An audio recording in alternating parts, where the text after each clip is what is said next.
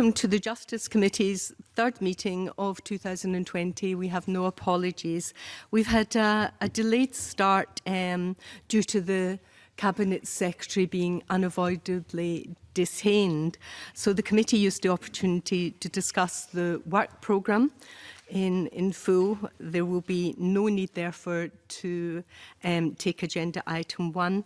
And in order to try and maximise best use of our time, then we're going to go straight to agenda item number 6, which is consideration of the Children's Scotland Bill. And I refer members to paper 3, which is a note by the clerk, and paper 4, which is a private paper. We have 2 evidence sessions this morning, and I welcome the witnesses to our first panel. Dr. Louise Hill, Evidence and Policy Lead with Celsius, Ben Ferrugia, Director of Social Work, Scotland, and Duncan Dunlop, Chief Executive, and Ocean King, Member, Who Cares Scotland. You're all very welcome, and can we thank you for your recent submissions. As always, the committee find these particularly helpful. We'll move straight to questions, starting with Jenny. And good morning to the panel. As the panel will be aware, sections 1 to 3 of the new legislation is going to remove that existing presumption that only children aged over 12 have the capacity to express a view on a decision affecting them. This is something that we explored with last week's evidence session as well. And the Children's Commissioner and others, and I know some of the witnesses who are here today, have already expressed a view that all children should have that capacity to express a view. And I just would like to get a bit more information from the panel on why you think that might be the case. Who'd like to start? Thank you very much, Mr. Ferrugia. Not at all. Thank you for having us today.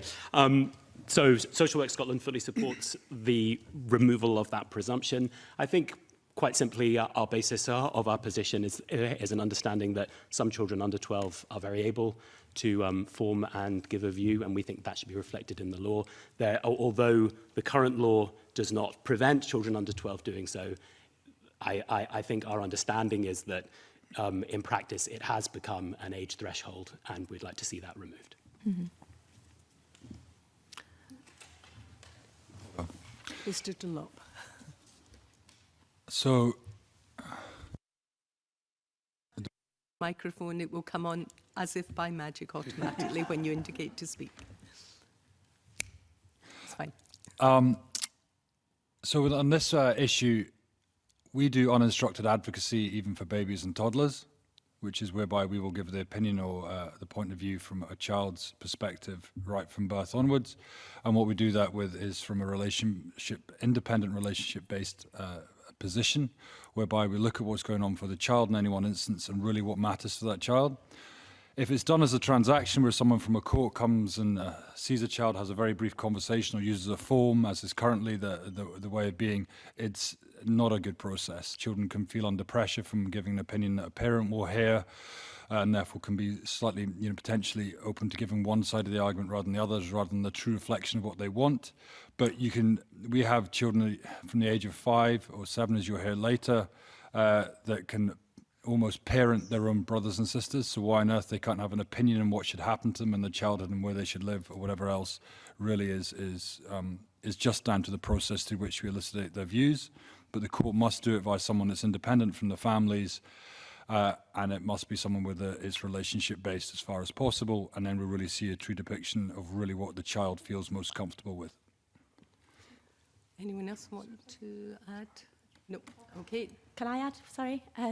So I think from the position, from the UN committee, they've always been really clear that there shouldn't be an age limited. So children have an ability, an evolving capacity to share their views. So there's been some very clear comments, I think, back to the UK about removing any specific age limit. So we talk about it in terms of evolving capacity, and that makes a real difference. So I think that that's kind of quite a critical point. I think in some ways what can happen with the age of 12 is perhaps at the time of the 95 legislation, it was almost seen as progressive, because actually children below the age of 16 weren't having their views sought. So for some sheriffs, it could have been a real positive thing because it was going lower. I think in the current climate that we have now and the recognition of children as being independent right holders and having agency, that I think we're just in a different space than what we were when we were putting the 95 legislation through, in recognition that actually the 12 has become a sticking point and an assumption that actually children below the age of 12 can't express their view, which was never the intention. And I think a lot of the rulings have been clear that children younger than that, of course, can express their view. There's probably still a challenge around clarity in this current bill around the gap that we still have around the right for children to instruct a solicitor, which is still at 12. So we still have some issues about compatibility with different pieces of legislation in Scots law, and there'll probably need to be quite a lot of work done around that. And I suppose with anything with this legislation, that we can put it on the face of legislation, but the critical aspect is the implementation of it and the culture change that's required within the court system to recognise the place for children and their individual rights to have their views heard in matters that directly kind of impact on their lives. Thank you. In terms of the practicalities then of taking evidence from very young children, I heard Duncan Donald there talk about taking the views of toddlers, for example, and I know in I think Celsius, in your submission, you speak about the views of babies and young children as well as those with communication needs, and Who Cares in the submission say that there could be merit in bringing the court to the child. I'm thinking about very young children here in particular. Does the panel have any views in terms of, you know, how that should be done? Because I know Social Work Scotland go on to talk about you know, there being potential challenges in terms of greater staff that might be required with regards to play therapists, for example. So how should the views of very young children then be sought? Because that is quite a difficult area potentially. Yeah, so there's been some really interesting research on it and work that's been done actually with very, very young children about how their views can be sought. So I think I'm thinking of the work of like Professor Priscilla Anderson. There's some lovely approaches kind of called the mosaic approach. So there's lots of stuff we can share about how it can be done in a really effective way. I think in terms of I think it's really important to think about individual children have evolving capacities to express their views on different things. So, like, I have a 2-year-old and a 5-year-old, so I certainly know that they have abilities to express their views regularly to me. But they do that over different matters at different times. So I think we know that children can have we understand now from a research perspective that children actually have a much higher level of understanding, appreciation and almost competency of their own family lives and the situations that they're in.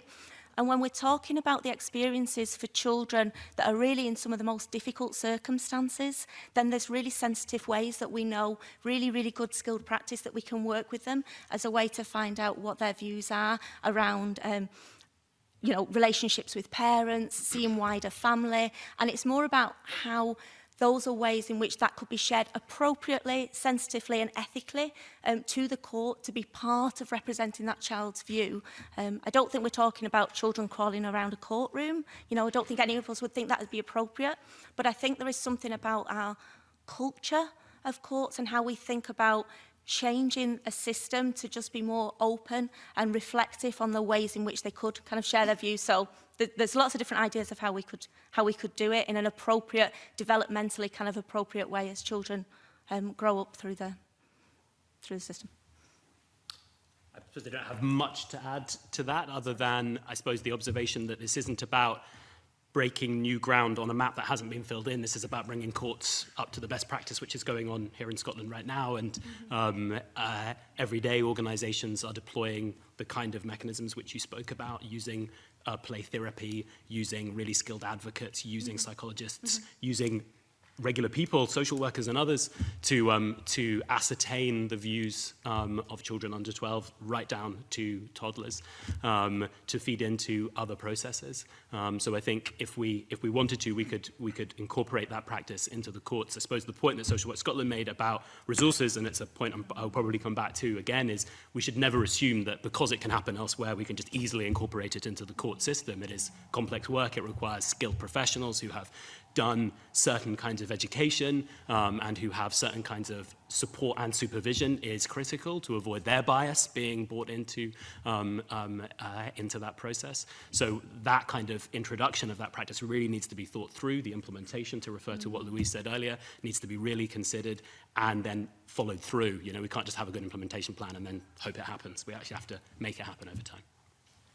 The only other thing I would add in that regard is that when you actually use some of these processes to understand what a child thinks and what they really want and need, you find out that other things that make them feel secure and stable are beyond the relationship. It's what that brings, whether it's wider family relationships, neighbours, even physical places like playgrounds, nurseries, primary schools, all that other network and infrastructure that comes around the child via a relationship is really suddenly brought to life rather than just focusing on the relationship.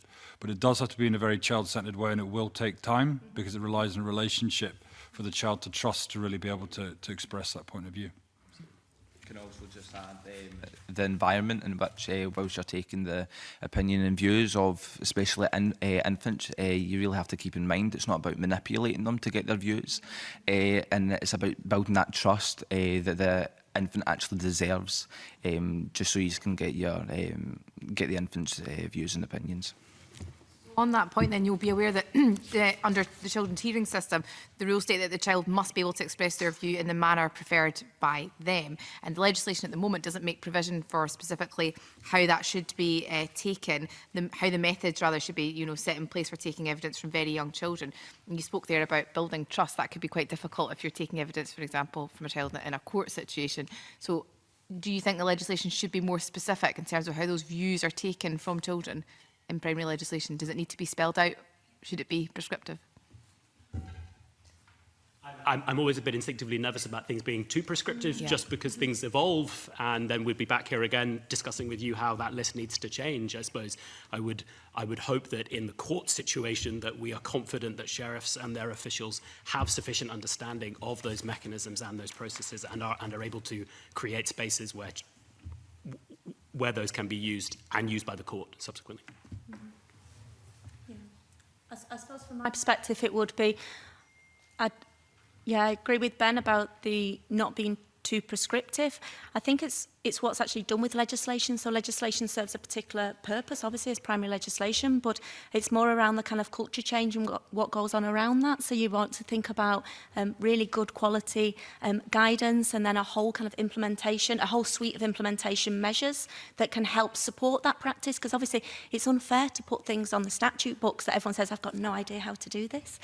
So I think it's about kind of thinking through about that really carefully. A lot of our implementation work at Celsus has taught us that there's not quick fixes, and things take time and require leadership, they require buy-in, they can require resources, and they can require a kind of a long-term approach, a kind of vision that says we need to be thinking in the long term of how we're going to get to this place, because I think we're not in that position now, and we have particular sheriff's rulings that show much more kind of optimistically what they're doing to seek children's views, but they might be the kind of outliers or the more unusual cases rather than the norm. So it's about thinking, well, what are the barriers to doing this, and what are the enablers? I think the other thing as well is that this legislation is going to hopefully go through in a process that would be followed by the commitment the government's made and Parliament to consider in scrutiny for full incorporation of the UNCRC. And as a consequence of that, that's going to open up lots more debates about how the views of children are heard in all different processes. So in a really positive way, I think that will be part of the culture change. And then it's like the how-to bit that really needs a lot of support, some really careful thinking, some buy-in, and also an opportunity to really listen to what the challenges are, what the barriers are, not just assume that sheriffs wouldn't want to do this, but actually what are the practical reasons and what might be, and then how do we work with that and get around it? The only other thing I would add in that regard is that it must be independent, the person that's getting the views from the child, and independent from the family. And also, if it's a child welfare reporter or some such thing, as normally a solicitor, that they actually have the skills to do this work. You can have reports written at the moment that don't even ask the child what their point of view might be. So it is quite a big shift into where is the skill set going to fit into a court proceedings, and who's got the mandate from the court to do that. Okay, thank you. Thanks.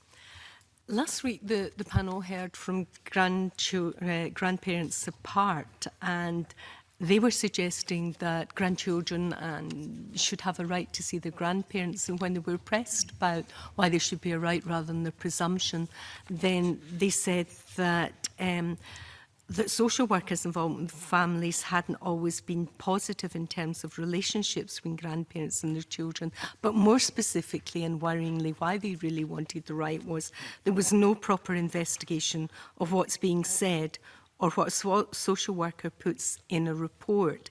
If something is in a report and it's presented to a hearing or a court, there's no opportunity to question that or have it changed if it's wrong. So I wondered if the panel could comment on that. Perhaps, Mr. Farrugia, you'd like to start.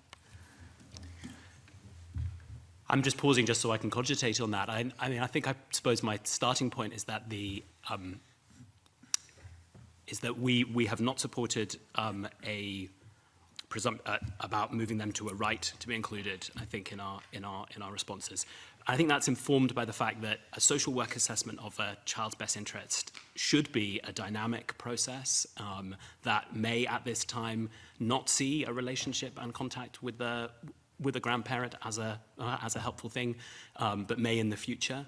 I think also that it is a highly complex one that is balancing many factors, and you make that more complicated and you arguably prejudice other factors when you assume certain things like a right to contact and a relationship with a grandparent. If you're trying to ensure that you can secure them in a placement that will be secure and stable, if it's a particularly young child, potentially if you're moving this child through to permanence and adoption, those are considerations that you're having to make, extremely difficult ones where you're balancing many legitimate interests. This is, I would never want to imply this is in any way simple. It's extremely complex, and there are things that have to give when you're trying to make an assessment about the best interest of a child. So I don't really have a direct response to the previous evidence you had, but I suppose my reflections would be that I think at the moment, social workers will be trying as much as possible to ensure that positive nurturing relationships for children are maintained wherever possible and within the capacity that they're able to. And then again, that's a point that's reflected in our written evidence. You know, that is a limiting factor, I will concede, but within what is possible, they will try and maintain those relationships. I suppose the substantive point that we're making was if there's something in the report which suggests that it's factually wrong, but then it seems to suggest it might not be in the child's best interest, there's no right of reply to grandparents, and that's where there seems to be a bit of a gap, and there seems to be the unfairness, which is why they've asked for the right rather than the presumption, as I understand it. Is that something you think should be looked at, so there is a right to say, well, you know, this actually didn't happen, or, you know, we can prove, or this is the circumstances surrounding this? Without assuming that there should be a right, I would happily say that we'd be part of a conversation about that. I'm sure colleagues in the next panel from the Children's Hearing System and SCRA would have views on that as well, about what mechanisms there are in the current system actually to ascertain whether social work assessments are valid and correct.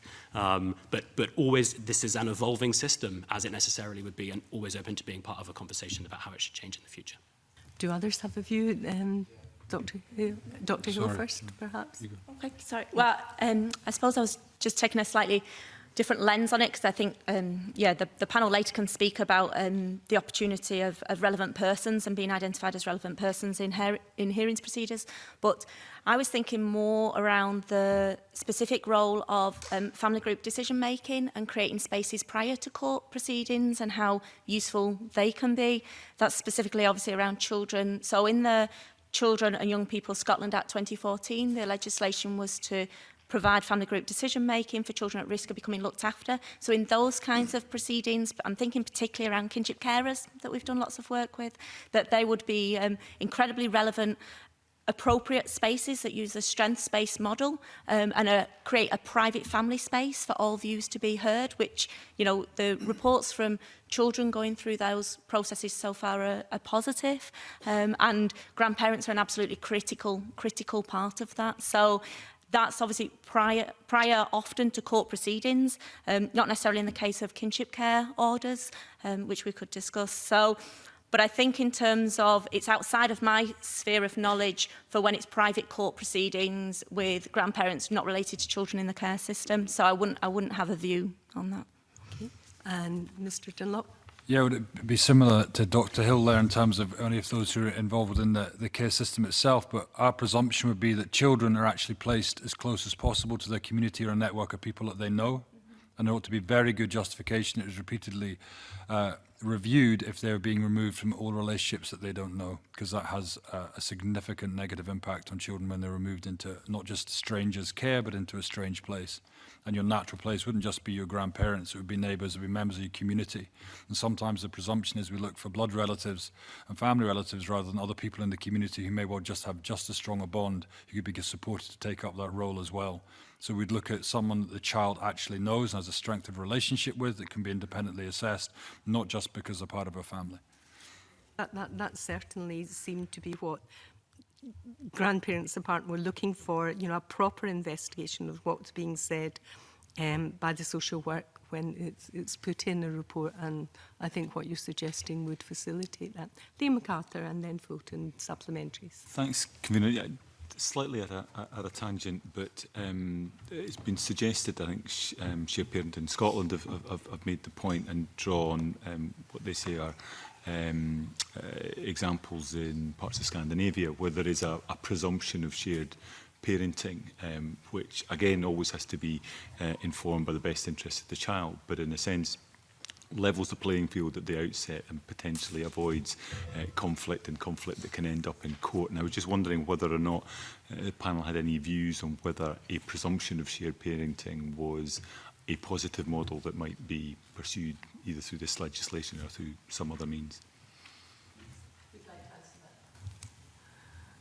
Great area of knowledge for me, I will own, so I don't know if any of my colleagues on the panel have. Yeah, it's not my particular kind of expertise on the shared parenting, and I know there's a lot of debates around it, around that being opportunity. I suppose for me, the right to family life and to support children and families in those relationships, I think what's really positive is to recognise the importance that children have in their relationships with different family members and kind of whoever has a caring relationship with them. So I think what we know more now from our kind of research perspective, I suppose, is that the diversity of families and who matters to children. And I think that this legislation actually, in recognising the diversity of sibling relationships, actually just shows that there's not really a homogenous family unit, you know, that actually it's much more fluid and relationship based. So I think that there's real strengths in considering that. I suppose is the question around the kind of transfer of parental responsibilities and rights, or more shared? Is that Mr. MacArthur? Of the concerns, one would assume it because there is a presumption that, in a sense, in any breakup, the child will remain and be resident with the mother, and therefore there's an imbalance then in the discussions around how contact is maintained and how those relationships are maintained. So certainly we've been doing some evaluations of a programme that's called Lifelong Links, which is for children in care about their relationships and who matters to them. And there is early findings that have shown that dads and the paternal side of the family can be quite quickly lost for children when they enter the care system. So there's certainly some work to be done, that the focus can be very much on mums and their parenting abilities, and actually relationships are not supported. So I'm not sure that that's as far as going around the kind of different sharing of PRRs, but I think it is thinking about what relationships are given a focus. And for children themselves, they've said that actually their relationships with their dads and that side of the family, you know, they didn't want that to be lost, but it wasn't supported. So I think that's the thing we maybe come on to later, which is about how, whether or not it's, you know, we frame it as contact or family time, but how relationships that are good and strong and loving and nurturing for children and keep children in a safe place, you know, continue to be supported over time for children. So not a very strong view on it, sorry, probably more from the next committee. Mr. Dunlop. Yeah, I'd say in maybe a slightly different angle, I think we should be far more open-minded to shared parenting, particularly if we look at children who are within the care system. Often that the parental right sits with the birth family, but but the child does not live with the birth family, and that can cause big issues in terms of whether they have a passport or they can go on holiday somewhere, huge issues, to even whether you can come and give evidence in Parliament today. And yet you don't live with your mother, and yet they hold the rights over you. And it's not that, it's a sense of, well, how can we have a different concept around shared parenting in terms of how other people who you live with at a certain stage can also have parental rights over you alongside what may be your birth family. Because that would make life so much easier for a lot of children who are actually within a care system. Fulton? See, for myself, being in the care system, there was a lot of uncertainty about me coming to Parliament and giving the committee evidence, just due to the fact that I do not live with any of my birth parents or any of my blood family, because I'm transitioning into kinship care, and because of the legislations and the section I'm under, the voluntary, that means that my mother still has parental rights over me, but then that's also affected me coming here and actually trying to give this committee my views and opinions. Well, we're very pleased that you are here today. Fulton?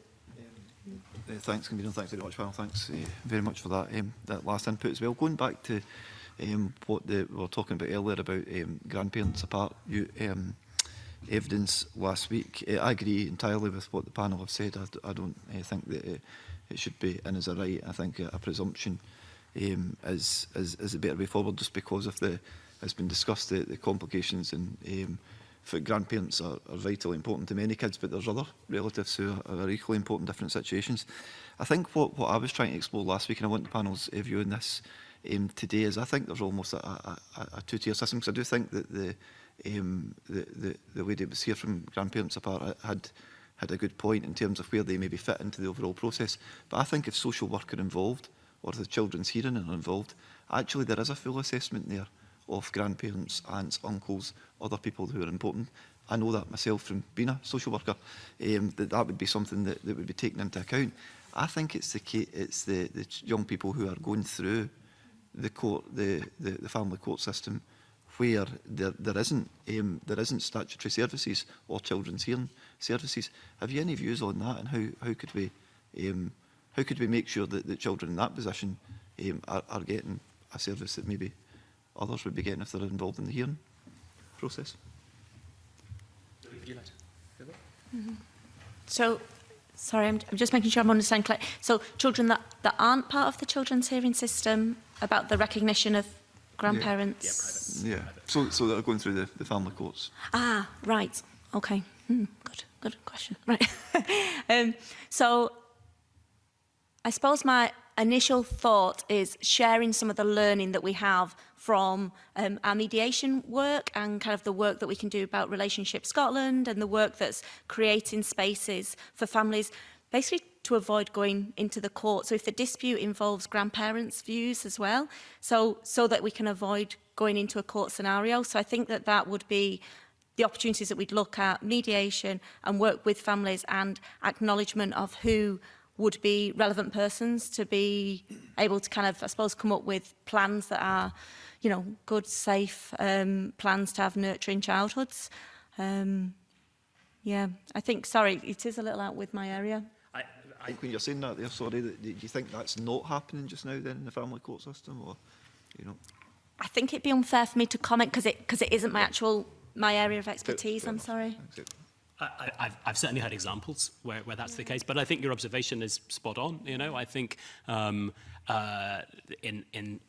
the child court system, in private matters, I think it's highly possible that there are situations where grandparents and other significant relationships aren't taken sufficiently into account. I think there can be a defaulting in that analysis sometimes, and I think it's from listening to some of the evidence you've received before, I think this has come up of thinking that social work should be imposed in those situations to ensure that that's overcome, and I don't think that would be the right approach, but I think this is about, which I think these kind of committee sessions are allowing us to do, a more tight focus on how courts operate and thinking about how we can support courts to ensure that through that process all of those relationships are heard. I don't have an answer to how we do that, although I think some things have been suggested even this morning.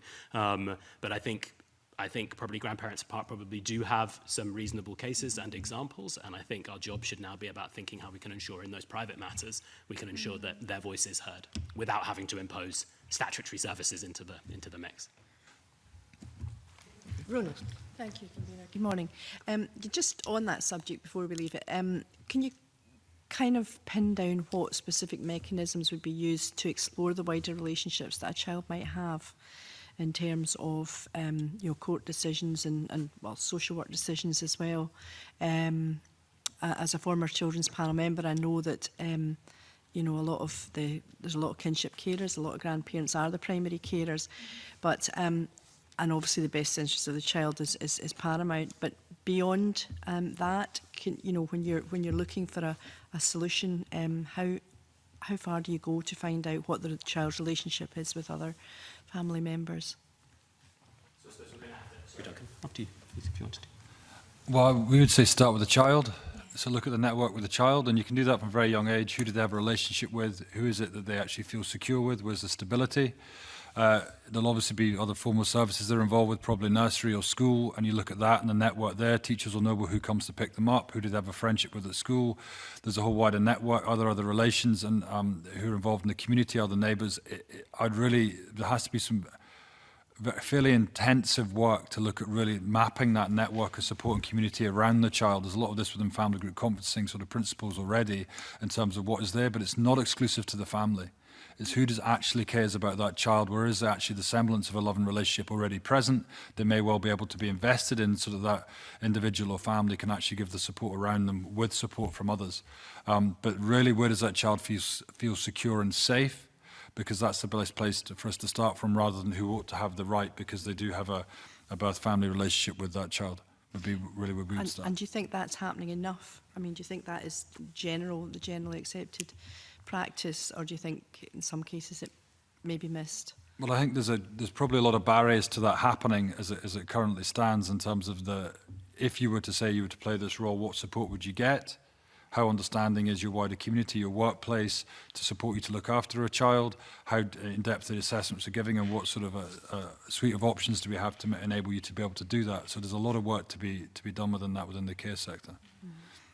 I suppose I would agree with that, Duncan, and to supplement, I've seen some amazing social work practice that has done really, really good quality work with children and young people, children at the absolute heart of it, that looks about who matters to them, places that matter to them, pets that matter to them, all that kind of building up the picture. So we can talk about it as mobility mapping.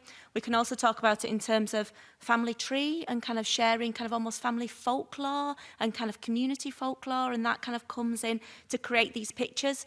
So some of the work that we know that have been done that in one social work team, like actually for young people to have, when it was a family tree, it was about kind of a relationship tree, really, because it wasn't just about birth family, as Duncan says. It's about it would be about all different people that would matter. The challenge of it is it's incredibly time intensive, and it's really skilled work with that child and young person, because sometimes you spend time with them to identify different places, maybe different carers, different neighbours, the really good teacher, the paternal grandmother, all the different things that you try and do. But it's really, really high quality, skilled work that needs to be done. So the question of, are all children across Scotland getting that with the numbers that we have?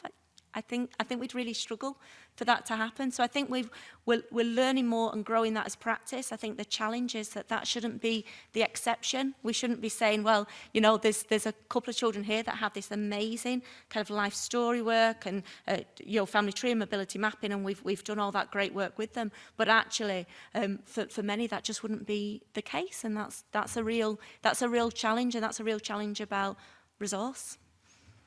And do you think that same work goes in at the moment to adoption and permanence cases? Or is there a different process? Yeah. No, I think so actually, from the research perspective, some of the work that's done on adoption can be the most furthest on and the most kind of advanced in terms of kind of life story work. It can be obviously mixed in terms of what different children's experiences of it might be across Scotland, but certainly I've heard of some amazing examples of really, really good quality work that's done with children and young people. I think probably there could be more of a focus on adults rather than other children that matter to children. So I think we'll hear about that later, about brothers and sisters and how important they are. I think they've probably not had the level of importance that they should have done. So the life story work has still focused very much on kind of birth family, but adults. And also I would make a real plug for the importance of friendships. Children's friendships really, really matter and often get overlooked. And particularly when children move around a lot, that there's nothing that protects the important friendships that they've had, maybe within a residential children's home or in different foster care settings. It might be in the neighbour next door. And, you know, so the work that we do around that's really important. But it starts with knowing the child and spending time with a child to understand that. So really good quality work can be done. I suppose I would just take the opportunity, I suppose, to come back to my theme about how complex and sensitive this work is, and it can be that individuals respond to a decision in a way which shapes their thought about the assessment. And actually, really excellent assessment can be done, and that assessment suggests a certain course of travel that some aren't happy with, and then as a result, they feel that their views have not been taken sufficiently into account. You know, that is a real live situation happening every day. That does not mean that really good quality work wasn't done. Okay. Can I just make one final point on this? That is, even if a child isn't going to live with someone from the birth family and the primary carer is somebody else, they still want to know. Mm-hmm. Knowing who you belong to and where you come from really matters. I think sometimes in our culture we're quite poor at understanding that.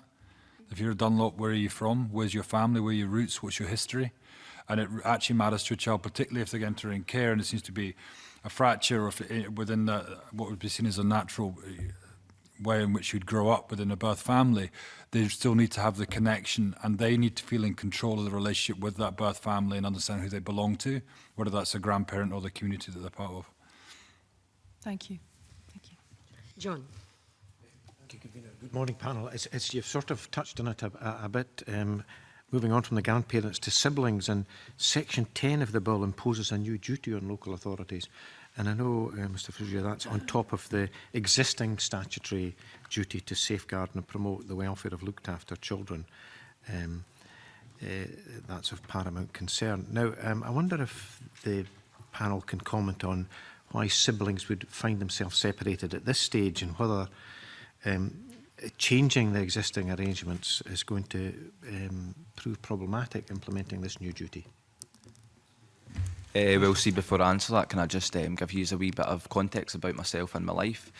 So my name's Oisin King. It's pronounced Oisin, but I know some, and it's already happened in this conversation that people will call me Oisin, and that'll probably be Duncan. So, but that's totally fine. It's totally fine. But I'm 15 years old and I was accommodated when I was 12. I have been residing in what I would call a residential unit, but you would know this as a children's home. So since going into care, I've lived in 2 residential units, but I've been back and forth between the family home and the care system. I was taken into care because circumstances at home just weren't what they were supposed to be. And due to these circumstances, I had to step up as and become a parent for my younger sister. And I had to care for her over long periods of time. And I was only 7 years old when I had to step up to this role, and she was 6 months old. I performed the role as a parent for the next 5 years of both of our lives, and I was separated from my sister when I was taken into the care system, after looking after her for so long and building that really, really close and vital relationship with her. And then we didn't see each other until 18 months after.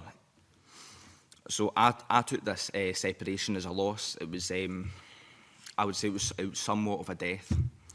And then I went through the grieving process, but it never ended. And I was stuck in this constant loop of blaming myself, thinking it was my fault that we were separated, thinking it was my fault that I wasn't good enough for her. But then, what 7-year-old would be a good parent? I was so confused, frustrated and angry at the fact that I was taken into care without her. I was left feeling isolated and like I was managing these emotions alone. But I would also like to thank the committee to having me here today just to express my opinions and my views. and I hope you now understand why the proposed changes to the law are so important to me. And can also add that my experiences are similar to many other care experienced people that I know of, and I've come here more to help you understand that we are just children that love our brothers and sisters. But going back on to your question, especially in the care system, brothers and sisters are separated, I would say, due to resources, which I think is absolutely wrong. I think brothers and sisters should be absolutely prioritised, because you'll find in the care system that brothers and sisters have a relationship that they depend on one another, and that could be due to the parenting from the parents that should know what to do, and etc. from that, if anyone wants to add anything on. First, thank you for that very powerful testimony there. That's much more than reams of paper that we have in front of us to hear directly from someone like yourself. So that's extremely helpful, and thank you for sharing that. Question was, can the care system deliver it? Was that the point? Well, well, we've heard graphically from Ocean there how siblings find themselves separated. Are there other examples of that? And this new duty that's imposed on top of existing requirements, I accept, how manageable that's going to be, please? Well, I'd say the severity of this problem is, well, if you look at most children in care, it's up to 70% are split up from at least one of their brothers or sisters when they're entering care. Now, the reason we take children into care is for their care and protection. As you hear there from Ocean, in actual fact, when your sibling's surviving in a house, you are that care and protection, and then you're removed from it. That's actually adding to the trauma of a child. Yes, there's the odd example where it's for safeguarding reasons, but in the majority of the case, it's not. You've got different age groups, and therefore we think of different levels of maturity in terms of the children. Therefore, they have different needs. I can, adopt or get permanence for the baby. It's more difficult when the older you get as a child, and therefore they're split up. Sometimes families are complicated in terms of what will happen. Ocean's actually one of 5 half brothers and sisters, which is not unusual within a family to be entering care. So it's difficult, but it's vital. It's absolutely vital. If you look, the care inspector produced a report last week listing the deaths of those who'd died, who'd been in care, who had recently left care since 2012, and the majority of the cases, one of the common factors they had would have been split up from the brothers and sisters. We see this time and again, the failures of the care system to actually deliver what it intends to do, which is to provide a child the loving stability and security that they require to get on and thrive. So does the system deliver it? No, it doesn't, but it doesn't take into the consideration enough really what would make that child feel content and stable and secure. But whether it could deliver it, well, that's another question. I don't think in its current state it can for all of those children that it ought to. Mr Farrugia, challenges at the moment, are these going to be compounded by this further requirement placed in Section 10? So I suppose I'd want to be clear that the new requirements being proposed in Section 10 are about contact between children rather than placement together. Although that is a live conversation, absolutely, and I think appropriately so, and has been a strong theme through the Independent Care Review, which is overshadowing this conversation slightly, because in a few weeks we'll find out a new vision for Scotland's care system, I hope, and I suspect this to be a strong part of it. I have not, so far in my time working with Louise and Duncan in Scotland and at Social Work Scotland, talked to social workers who do not want to place children together where it's safe and appropriate to do so, and when we come to contact, do not want to maintain good, positive, nurturing contact between siblings when they have to be separated. There is an issue about whether our system can accommodate that right now, and whether it's Care Inspectorate statistics or from anywhere else. In most cases, the reason why children are not being placed together, and I would say the reason why contact can be difficult, is because we're having to find the best appropriate placement for each individual child, and that's not always together. We don't have many foster carers who are assessed to take 5 children. It's a big ask, and you need very particular skills and, have to say, very particular infrastructure in terms of your house to do that under statute. So it is come back to my theme again, it is complex and dynamic, and also the interests of children will change again, and I suppose that's something I would want to get across today, is that what is right for a child today, when we're taking them into care, will not be right for them in 3 years' time, let alone in 6 months' time. So there's a constantly changing need to be looking at what is appropriate and safe and best for the child in terms of them growing up nurtured and loved. Thank you. Dr Hall. Yeah, I echo those sentiments. I think the international research is incredibly clear of how important relationships are with brothers and sisters.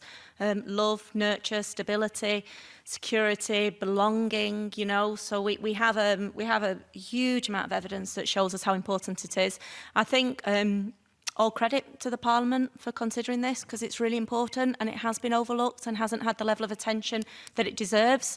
Particular recognition to Stand Up for Siblings Coalition and the partnership there, and particularly the work of Dr Chris Jones from Strathclyde University in really developing a research base for us in Scotland on this. I think that the challenges are what's proposed in the legislation and the proposed amendments of the Looked After Children 2009 regulations, which would include co-placement, would be the implementation of it and the realities of what our system looks like at the moment and the infrastructure that's in place at the moment and the vision that might be within parts of this legislation. Certainly what we're going to hear from the Independent Care Review would be a way of thinking that at the moment, of course, there's a huge mismatch, you know, between what we hope to achieve and actually how do we create that. And I think we're going to have some really, I suppose, bold thinking and creative thinking about a system that has to look very differently for how we can really continue to support and nurture those really loving relationships that siblings have. So I think that this is an important step, but I'd always say it's like one part of the jigsaw, of which we would try and be achieving many other things. I suppose I would add, as I'm sitting here thinking, I mean, one of my least favourite phrases, probably my absolute least, that I hear a lot in our work is saying, it's not rocket science, you know, like these children need relationships and these are their brothers and sisters, for instance. I can't think of anything more complex than making a decision about a group of siblings and where they're going to go safely, which is social workers and the rest of the system, panel members and other, have to make. I mean, there is. I can't think of a more complex task than that, particularly when the interests of individual children are not necessarily aligned. You know, we cannot assume that the interests of this child are exactly aligned to their siblings. So that is, you know, you're trying to make decisions that are best for all when having to take account the individual needs of each. And that's, you know, I can't stress enough how we really need to think then about if we're making changes to that system in the interests of children, and I think a lot of the proposals that are introduced in the bill are in that direction and are to be welcomed. The implementation point is so important. How are we going to ensure that we can place where possible and maintain contact that is safe when we do have all of these competing interests? And do we have necessary social worker time to ensure that that's done properly? Sorry. Can I just say, it is possible. We just have to have the ambition to do it, and we have to involve Scotland in this, and we have to look at this very differently. Yes, the care review is announcing in a couple of weeks, but there really is the ability to do this, and we can do it, and we must do it in Scotland. It's not, I mean, it really is possible. We've just not gone there with our thinking and our practice and our culture around this yet. And it's really up to this Parliament, this committee, to set the ambition that this must be realised. Whether it can happen tomorrow, yes, it will be difficult, but it must happen. What would I say in that? Do you want to say? No. Can I just continue with when I was saying it was 18 months, and I can't stress enough, it was 18 months after me and my younger sister was separated that I seen her, and I seen her in this thing called Contact, and I would just like you just to understand what Contact was. But first, I want you to keep in mind that I never really seen my sister when Contact became a thing for me and my sister, especially on holidays such as Christmas, and then very family orientated holidays like Christmas, birthdays, Halloweens, Easter. And this was because of a lack of resources, which again, I can't stress enough that resources cannot come in between brothers and sisters seeing each other. Although sometimes I would be given the hope to see my sister on her birthday, which was a massive thing for me, especially looking after her in the family home. Birthdays were always very important. But then that hope was quickly cut away from me again due to a lack of resources. But if Contact did go ahead, the first thing I'd do in the day is obviously wake up. Then I'd go through to the office in my unit, and a staff member would inform me that I have contact with my younger sister that day. Although, again, this would only be possible if there was a driver on and if there was any room that we can facilitate the contact with my sister. So then I would be dropped off by the staff and then wait in the waiting room for my sister to arrive. However, before she came, I would get a run-through of an agenda, and this run-through is what me and my sister would do that day, but it was usually just sitting in a small room, either drawing or playing with Barbies and Doll's House. My sister nor I would have the choice of what to do, and it was very structured, and this made natural conversation very difficult. Whilst playing, we had a supervisor that wrote down every interaction in words spoken, and when I say every, I mean everything. After contact, my sister would leave, and then I would be called in by the supervisor. She would then proceed to question the interaction me and my sister just had. It was like I was a threat to my sister, and it was like that I was not to know anything about her by asking her simple questions. The supervisor then instructed me not to ask these types of questions again. For me, contact was stifling. It was love was crowded out by process, concern and uncertainty. And I know of other care experienced people who have just 1 hour of contact a month, and this works out as half a day in a year. 12 hours. How can you build a relationship in 12 hours? This amount of time is completely unfair, and the only thing that happens in that 1 hour a month is watching your relationship between your sister or brother become further and further apart. I think contact, as we currently understand it, does not create that vital space for the love between the brothers and sisters to really flourish and develop. Thank you. That's very helpful, Ocean. Thank you. A very brief question just to Mr Farrugia, please.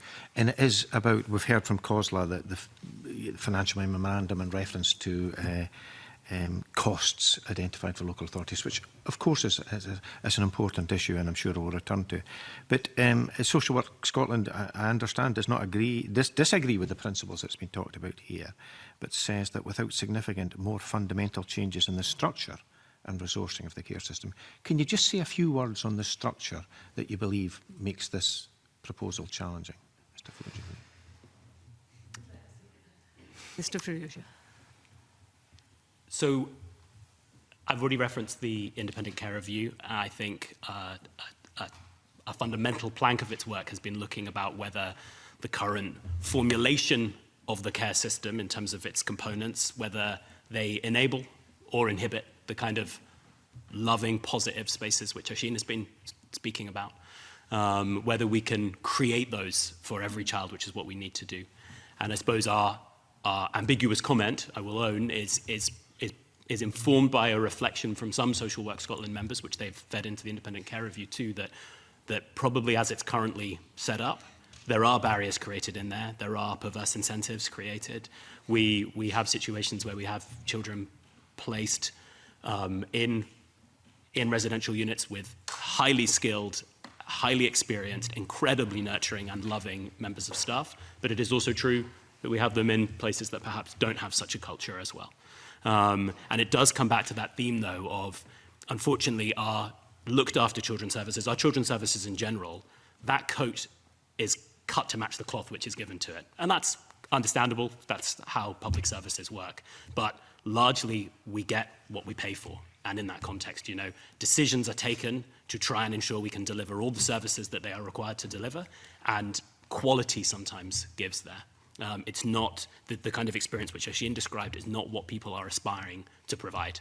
But it is sometimes the reality of what people experience. If we want to move away from that reality to one which actually meets every individual need, and again, what's critical is that, for instance, contact or relationships maintained will be different for every individual child. This is the thing. We kind of have necessarily developed a utilitarian system that says this is the model of contact that you will experience. If we don't want that, one that's highly individualized and person-centered, that is a completely different system and would have to look structurally different too. Lots more autonomy for social workers, so the system then has to be able to accommodate that in terms of managing that risk.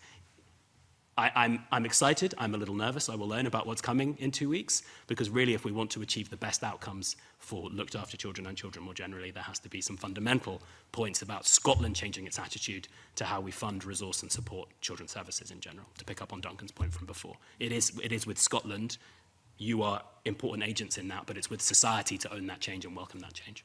Thank you all very much indeed. Thank you. Supplementary, Liam MacArthur and Rona. Ruja, I mean, I entirely accept that the complexity of a lot of these decisions.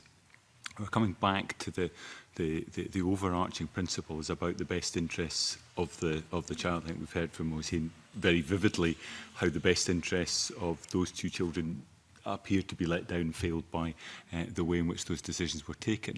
I accept the point around resources. I think with more resources, more can be achieved. But even in that instance, being able to make clear to the individuals involved that those supporting them aspire to do something different would at least give a degree of confidence that this is for now, but it may develop in ways that is more nurturing, more supportive, more encouraging of that relationship going forward. So it seems to me that the decisions are more transactional in terms of we can get this child placed, but this one's going to be more problematic. So it's not about the interests of really of either child or sit in that relationship. It is a transactional calculation that's made, and that is a concern. Not, I mean, leaving aside what's coming through in this bill, that is a rather concerning message to be transmitting to the Parliament. I will own it. It is. It's not a situation that I wish I could come and say is the reality, but I think.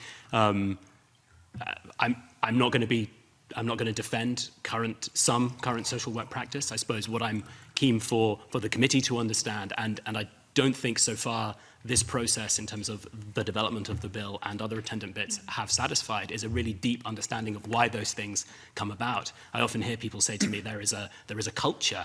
I mean, that is a meaningless thing. Cultures emerge. They are sets of learned and adapted behaviours amongst workers that have come about because of their environment. They have to adapt to their situation. If we really want to change culture, we have to really attend to the bits that create culture. And having large caseloads, having limited spaces to do, for instance, contact and relationships, they all inform how we do it. And it does become, unfortunately, transactional in some cases. We have to always remember that we are talking, I hope, about a minority of times. And in the main, this is done really well by really, as I said, really empathetic and skilled professionals. But I will not pretend that in some cases this has become episodic. And we are looking at a situation right now as we see it in front of us, and we're trying to make the best judgment right there, when actually it should be long-term, life course, constantly thinking, constantly evolving, constantly adapting and built around the individual. But we're asking a system to perform in a way that we don't resource it and empower it to, and they are two related but different things. Yeah, I think on this issue, Who Cares Scotland, its members called for this care review. And one of the main reasons, I remember it really well, several years ago now, was because our number one advocacy issue is around contact. When you're in care, I want contact, I want to see my brother, I want to see my sister. This anxiousness, always you talk about, I'm to blame, it's my fault my sister's not okay, or I'm not with my sister, it's my fault, it's my fault.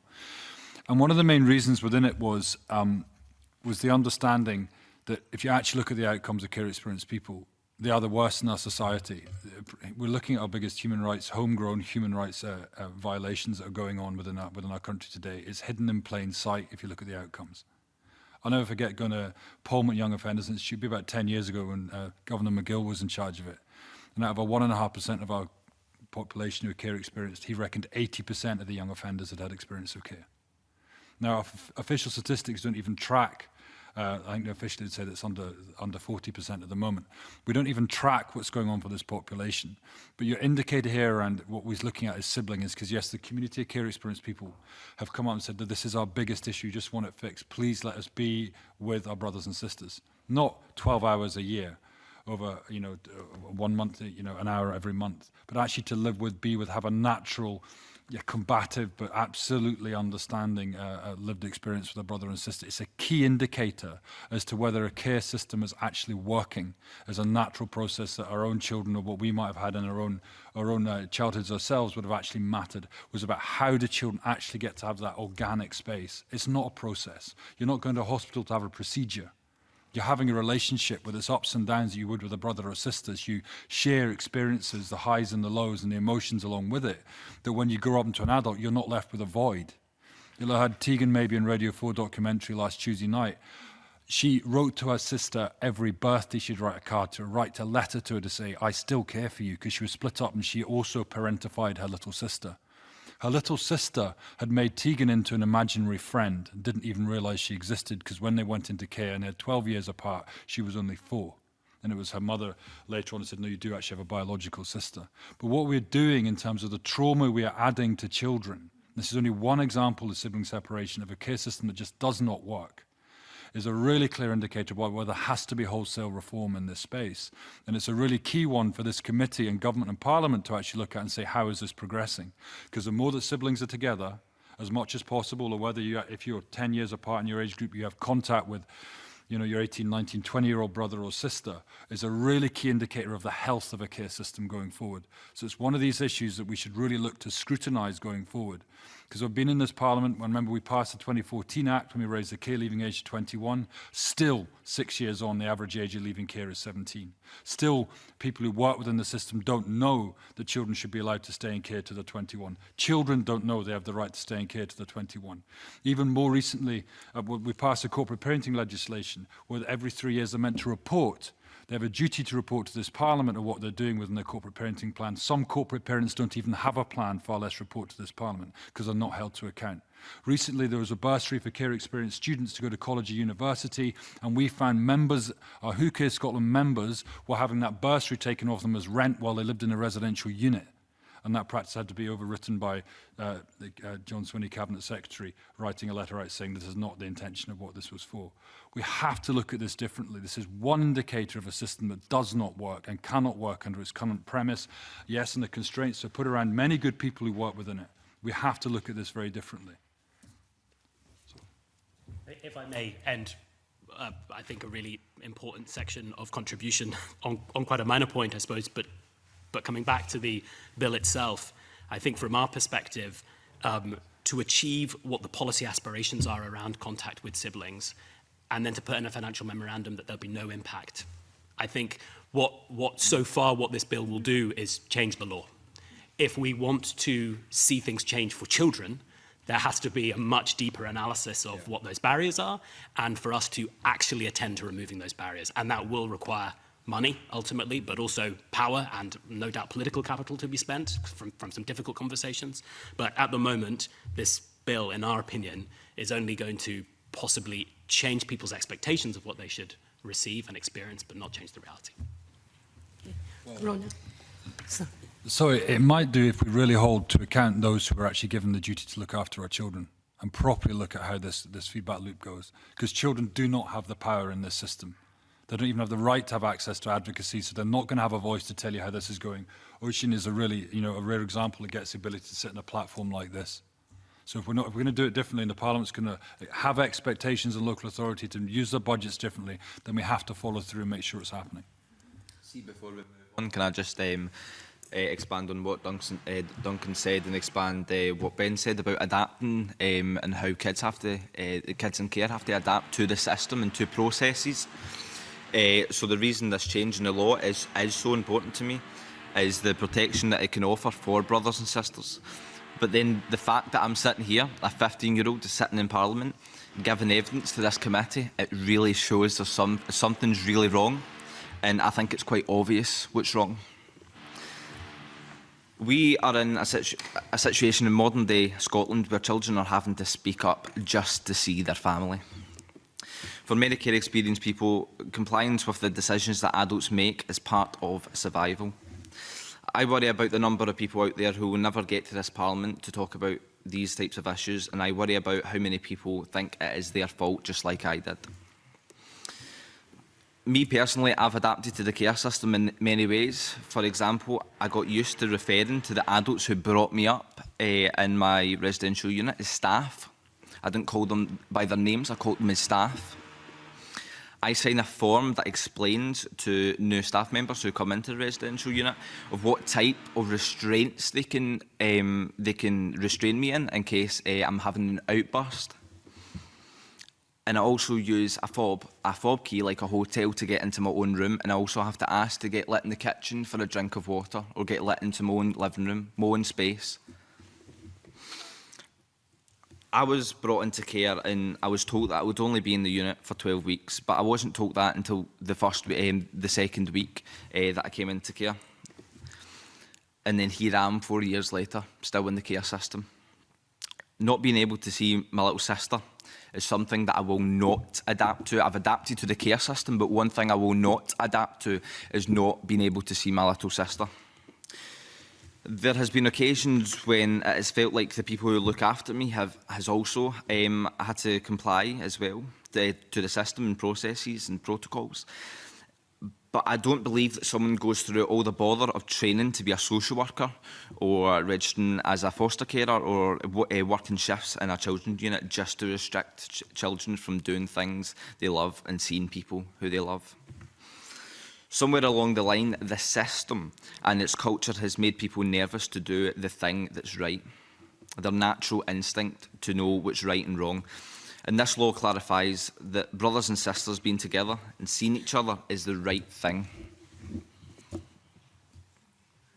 Rhona, just very briefly, I just, in response to Oisin's earlier relating his experience of contact with his sister, I'm not diminishing the challenges of resources. I mean, that's a given. But it seems to me that in that case, it's about practice. It was about process and practice in terms of, you know, he didn't want an agenda to have to play with his sister. He didn't want to be interviewed after it. He just wanted normal contact. Is that not something that the profession should really be looking at, that there could be a fix made to stop that kind of a process? I think you cannot separate those things into different columns. They are all one and the same. They emerge and intertwine with each other. So as I said earlier, these are approaches that are developed to try and deliver the best quality service within what you can do. So, you know, you may not have at your disposal in a residential unit all of the people and skills and time to provide the kind of relationship time between siblings that you would want to. And so you cleave down to what you can offer. And I think that is worrying. That should concern us all. But I think that is the context. It's not that there is necessarily poor practice. There will always be individuals, you know, in any profession who could do better. But I think we must try and view this in its entire complexity and not try and put issues into boxes of resources or practice or culture, etc. They are all one and the same. Louise, I'm allowing quite a lot of discussion time, but we are getting quite pressed for time. But this is obviously such an important area that I do want to hear quite fully from all of you. Louise, and then Shona, you've got a supplementary. I suppose I just wanted to share that I think probably what's happened within social work as well is what we talk about is a risk paradigm, and it's about seeing everything framed in terms of risk.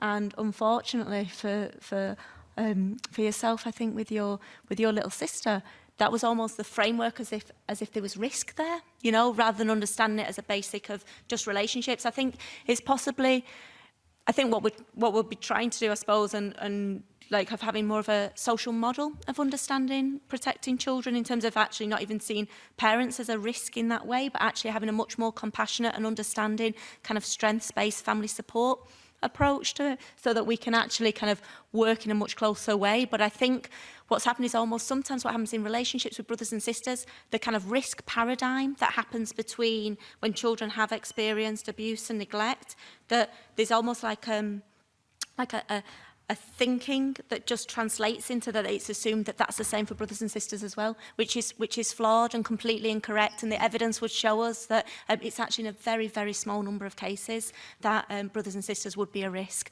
to their other siblings. So it's a really unfair position from a children's rights perspective that children are actually kind of a model. It's almost like the wrong kind of theoretical model, if we could talk about it, of risk being a dominant theme is being used around sibling relationships, and we've really got to challenge that and unpick it and think about it in a different way. Otherwise we have the scenarios like this where literally you're having supervised contact with your wee sister, you know. Very briefly, please. It can be very simple. There's examples of foster carers knowing that they have two siblings from the same birth family saying, hey, I'm going to the park, do you want to meet up? Yeah. And then the brothers and sisters meet in the park. Yeah. Quite often that's in the grey economy of care. Is that allowed? Has it gone through all the formal notifications that are necessary? Not necessarily. But that's what should be happening. We should presume trust, and we should presume trust in the person the child lives with, that they can make the decisions that are right for them. I think the points have been powerfully made that the whole system needs fundamentally looked at to see what is necessary and what just hasn't even begun to be looked at, and that resources shouldn't be the dominant factor, absolutely, as it seems to have been in so many cases in determining contact. Shona, very briefly. Yeah, Dr Hill has partly answered this, because I was going to, I guess, question about what you were saying, Mr Furuja, about this being about resources, because what was articulated by Oisin about the time spent in taking detailed notes and following up is actually very resource intensive, instead of allowing two siblings to have natural time together. But I think Dr Hill kind of answered that by saying it's about this risk paradigm.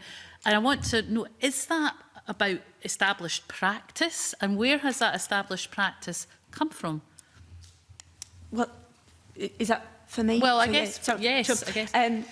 Yeah, so I think in terms of, not to go into kind of some theoretical thinking around, but some really good work's been doing in terms of kind of shifting the curve and the way that we think about kind of child protection and the ways of, well, supporting families, that the risk paradigm has been about, because I suppose that there's been a number of tragedies that have got high profile, that then obviously when children have experienced some of the highest level of adversity that they can, as a consequence of that, the professionals around them become incredibly risk averse, and it loses some of the relationship base. So, sorry to interrupt, but surely that would be ignoring any risk assessments that would have been done that showed no risk in this case, but that's ignored and it's still... Yeah.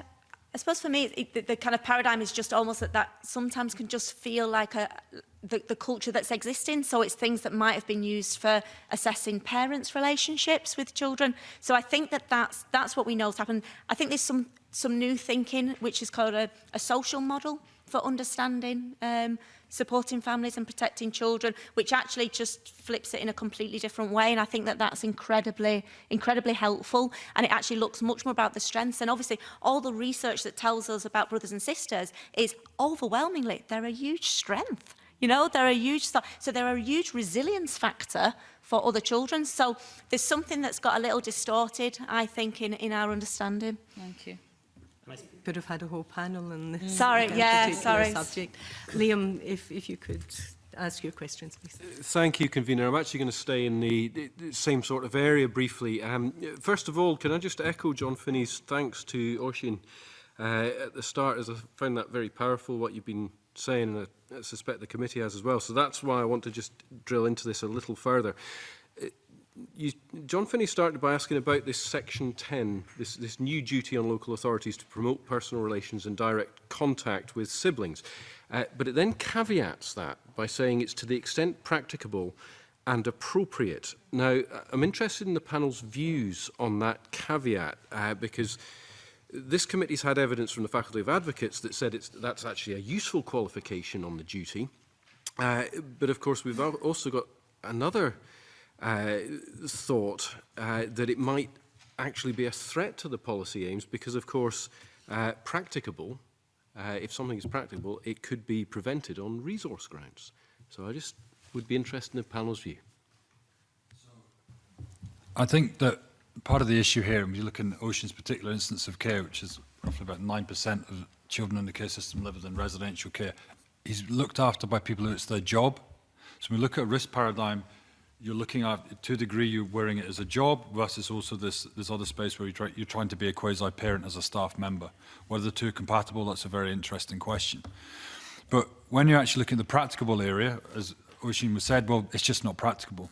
Because I want to see my little sister actually at the weekend. When I'm not at school, I want to see them on Christmas Day or a birthday, and there's not as many staff on shift, or it's a skeleton staff, or it's, we're having to use relief workers, whatever else, and it doesn't necessarily happen. Practicable is a problem. The only reason it's there is they've just copy and pasted what would be in place for parent contact and for what should be there for sibling contact. It shouldn't be there. Forgive me before you come in. You would have that caveat removed? Yes, the practical bit. Thank you. Dr. Hill? I would echo concerns around it. I suppose for the points in which it could be used to inhibit children's right to see their brothers and sisters. So I think it could be interpreted, but I would return to my point that we have to do things that are implementable, so provide it in such a way that the supports and the are there for the carers. So one of the big areas, so Duncan's example before showed us, as in a practical solution almost, is foster carers knowing each other and children being able to see each other at the park. So there's some really good examples of that. There's an amazing service called STAR that provides a space for children when they're placed all over the country to kind of come together and spend time as siblings. So there's loads of that's a tiny resource in the scale of it, but there are ways of doing it which could work incredibly well. I think the challenge just could be how it then gets interpreted and say, well, the children live 30, like what's practical, So the children live 20 miles apart, so it's not practical for them to be able to see each other regularly, so they could, I just get concerned that it could be reduced and reduced and reduced so that people would say, well, actually they live, 2 bus rides away. So again, and you end up in a position where actually, it's children's rights to be able to see each other. You would remove the caveat as well? Yeah. With the recognition of the challenge that actually poses in the discussion we've had earlier. Thank you. Mr. Ferrugia, do you wish to comment on that, or shall I move on? Brief as you can at this point, please. We were consulted on the language to be introduced, and we were comfortable with that being kept in. Largely for, I think, all the reasons that we've discussed, that I suppose it reflects that in reality today, it will always be assessed as whether it's practical and appropriate. So it's a reflection of actually what will be the reality of how these things will be addressed. Understand. I'll be very brief, convener. Section 10 doesn't extend to children who've previously been looked after. The Children's Commissioner suggested to this committee that it should. Do you take a view, Dr. Hill? Oh yeah, I certainly do. Yes, it's about, if we start from what matters to children and young people, we can often go down the route of what legal orders they're on and what their status is, but for children, it's about talking about their brothers and sisters. So whether or not their brothers and sisters have been adopted, whether they're in foster care or they're residential care, a huge number will live in kinship care as an extended family. So for them, it's all about being able to see them. So there's the technical aspects that I'm not skilled enough in from what's required in the legislation to allow that to happen, because there's a huge challenge around for children that have been adopted, being able to see brothers and sisters. So there's real challenges around the legal stuff that needs to happen. But if we start at it from what would matter to children and young people and use a very strong rights perspective, then I think we should be providing for children, no matter what kind of different placements children are in, as long as it's safe and in their best interest to do so, which I say is in the vast majority of cases, then yeah. Should extend to previously looked after children, in your view? It would be, absolutely in my view. Mr. Ferrugia. I think the principle of ensuring that if we're locating the child at the centre of our planning, that we provide them with all the relationships that are meaningful to them, absolutely applies, and we would fully sign up to. I come back to the point I've made repeatedly, which is that we're unlikely to achieve this extent of change as hoped as it's currently planned in terms of the implementation. Adding more things creates more expectation that we cannot deliver. And that has to be a priority, I think, for this committee and this Parliament. Let us not add things, add further expectation-raising things, which I have to say are actually fundamental to what good practice should be trying to deliver right now, without properly looking at why that doesn't happen now and what we would need to put in place to achieve it. So in principle, I don't have any objection to what the Children's Commissioner is seeking. It's absolutely right that if they have a meaningful and powerful relationship with somebody who's no longer a looked after child, we should try and maintain that if it's safe to do so. But the mechanism for doing that is not simply adding it to the bill. Interesting. Mr. Dunlop. The phrase care experience is now recognised. We started using that about six years ago, and it's kind of globally been accepted as a phrase that if you've been experienced the care system, you will have the requirement for rights and opportunities throughout your life, and it's very welcome to see that they've now extended the ability to get a bursary, to go to college, university, whatever age you are, if you've been in the care system. And you will also therefore probably need provisions to enable you, if your care experience were no longer technically in care, to be able to have the rights to see your brother and sister. But Ocean's issue is technically he's on a voluntary order, so he wouldn't necessarily be technically seen as a looked after child, and therefore some of these rights would not necessarily be afforded to him if we were too tight around some of these definitions. Understand. Thank you. Okay, Shona. I want to turn to delays in court cases, section 21 of the bill that says when considering a child's welfare, the court is to have regard to any risk of prejudice to the child's welfare that delay in proceedings would pose. And I want to ask the panel whether you have any views on the new duty on the court in section 21 relating to the delay in a court case, and secondly, what will that new duty be a satisfactory solution or are further measures required? Would you like me to start? Please. Okay. Yep. So, really pleased to see this in the legislation. A lot of our work with the Permanence and Care Excellence team, so we've worked, I think, now with 27 local authorities across Scotland at trying to reduce drift and delay in decision-making for children. So, delays have a huge impact on, you know, a 6-month delay in an adult's life is very different for a 6-month delay in a child's life. So time matters. We know that. So on principle, all of our research is showing that the reducing delays, which are delays almost kind of bureaucratic delays or unnecessary delay, that's not delays that are in the child's best interest, absolutely should be reduced. So we welcome this addition in the legislation. I think perhaps one of the things that we would recommend is that it considers permanence orders as well. So currently the way that it's worded leaves out permanence orders which are under the Adoption and Children Scotland Act 2007. So we would welcome an addition for that. And in particular, one of the strengths of using permanence orders is they're very created in a very unique set of circumstances for each individual child, which actually allows an awful lot more positive approach in terms of relationships with kinship and siblings, and, you know, so because it's a kind of a unique provision, a permanence order. So I think the omission of that is a shame and just something that could be tightened up, I think, from our perspective, that we'd add for that. So that's the only addition that we'd have. But we think it could, you know, it's positive, can make a difference. Anybody else? Just in view of your time, I'll give my full support to my previous comment. Yes. Yeah, we have to end drift and delay for children. They're left in the sort of and a hinterland often, as you heard with Ocean. I came into care and after 2 weeks I realised I was there for 12 weeks and now I'm there for 4 years on the various sort of non-permanent grounds. It's very discombobulating for children who are in that situation. They're well aware of it. Okay. That concludes our evidence session. Can I say that's been a very powerful and helpful evidence session, and it will inform our scrutiny of the bill. Thank you all very much for coming. Now going to suspend for a change of witnesses and a 5-minute comfort break, and only 5 minutes maximum.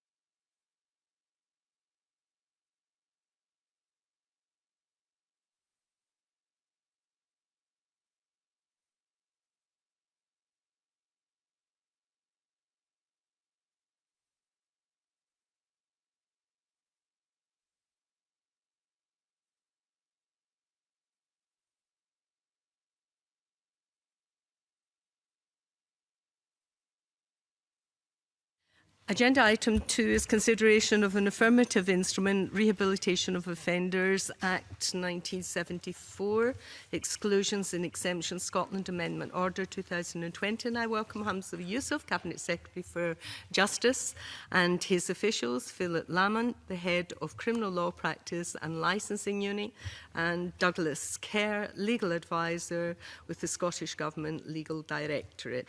I refer members to paper 1, which is a note by the clerk. I also refer members to the late submission from Police Scotland on this instrument and invite the Cabinet Secretary to make a short statement on the instrument.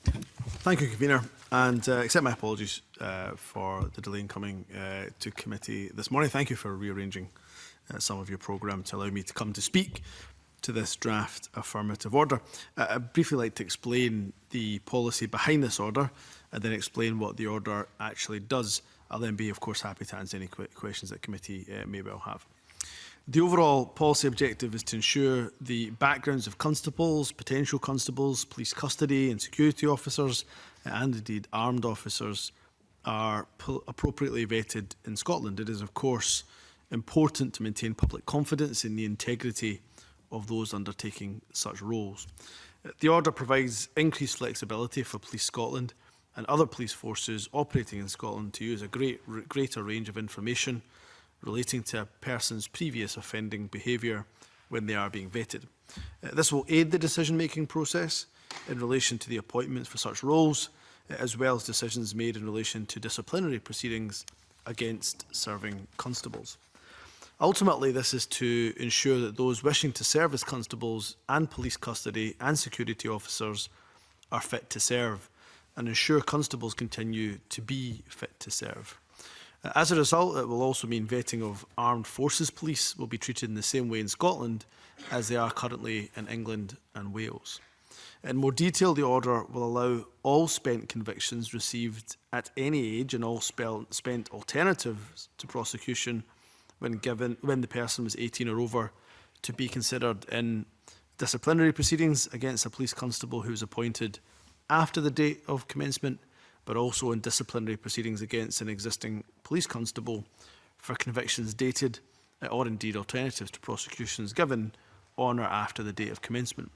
It will also allow all spent convictions received at any age and all spent ATPs given when the person was 18 or over to be considered when vetting constables, police custody and security officers, persons appointed as police cadets to undergo training with a view to becoming constables, naval, military and air force police. There are saving provisions which mean that the changes in the order do not apply in respect of a person whose application for recruitment is being considered at the time when the order comes into force. The changes in the order also do not apply in respect of existing convictions of existing police personnel. Where the saving provisions apply, the law as it is today will continue to apply. The Scottish Government has discussed these changes with Police Scotland, who are keen for these changes to be made. And in conclusion, we believe the policy changes contained in the order reflect the reasonable expectation of the public that those charged with the substantial responsibility of upholding law and order should be held to a higher level of conduct and integrity. I'm happy to answer any questions the committee may have. Do members have any questions? John Finney. Thank you, Convener. Morning, Cabinet Secretary. Can I say at the outset I'm fully supportive of these proposals, but there's a significant however. I wonder if you would acknowledge that the proposals as they stand don't recognise the Scottish Police Service as it operates at the moment, and whilst the highest standards will apply to constables and those providing custody arrangements, given that support staff are involved in highly sensitive functions like criminal intelligence, forensic accountants, IT, and indeed that we have direct entry at chief officer level, it's only covering a portion of those who are actually doing sensitive work within Police Scotland. I suppose my view on these things, which I know Mr Finney will understand, particularly given his experiences, I'll often speak very regularly, as he knows, to Police Scotland to decipher where the gaps may exist. And for them, after the changes that were made a number of years ago, their response, and I think they have responded actually directly to the committee, is that this is where they think those gaps need to be filled. The point that John Finney makes, I think, is an important one. one that I'm happy to take away and reflect. It's not one that this order, as he suggests, will look to address.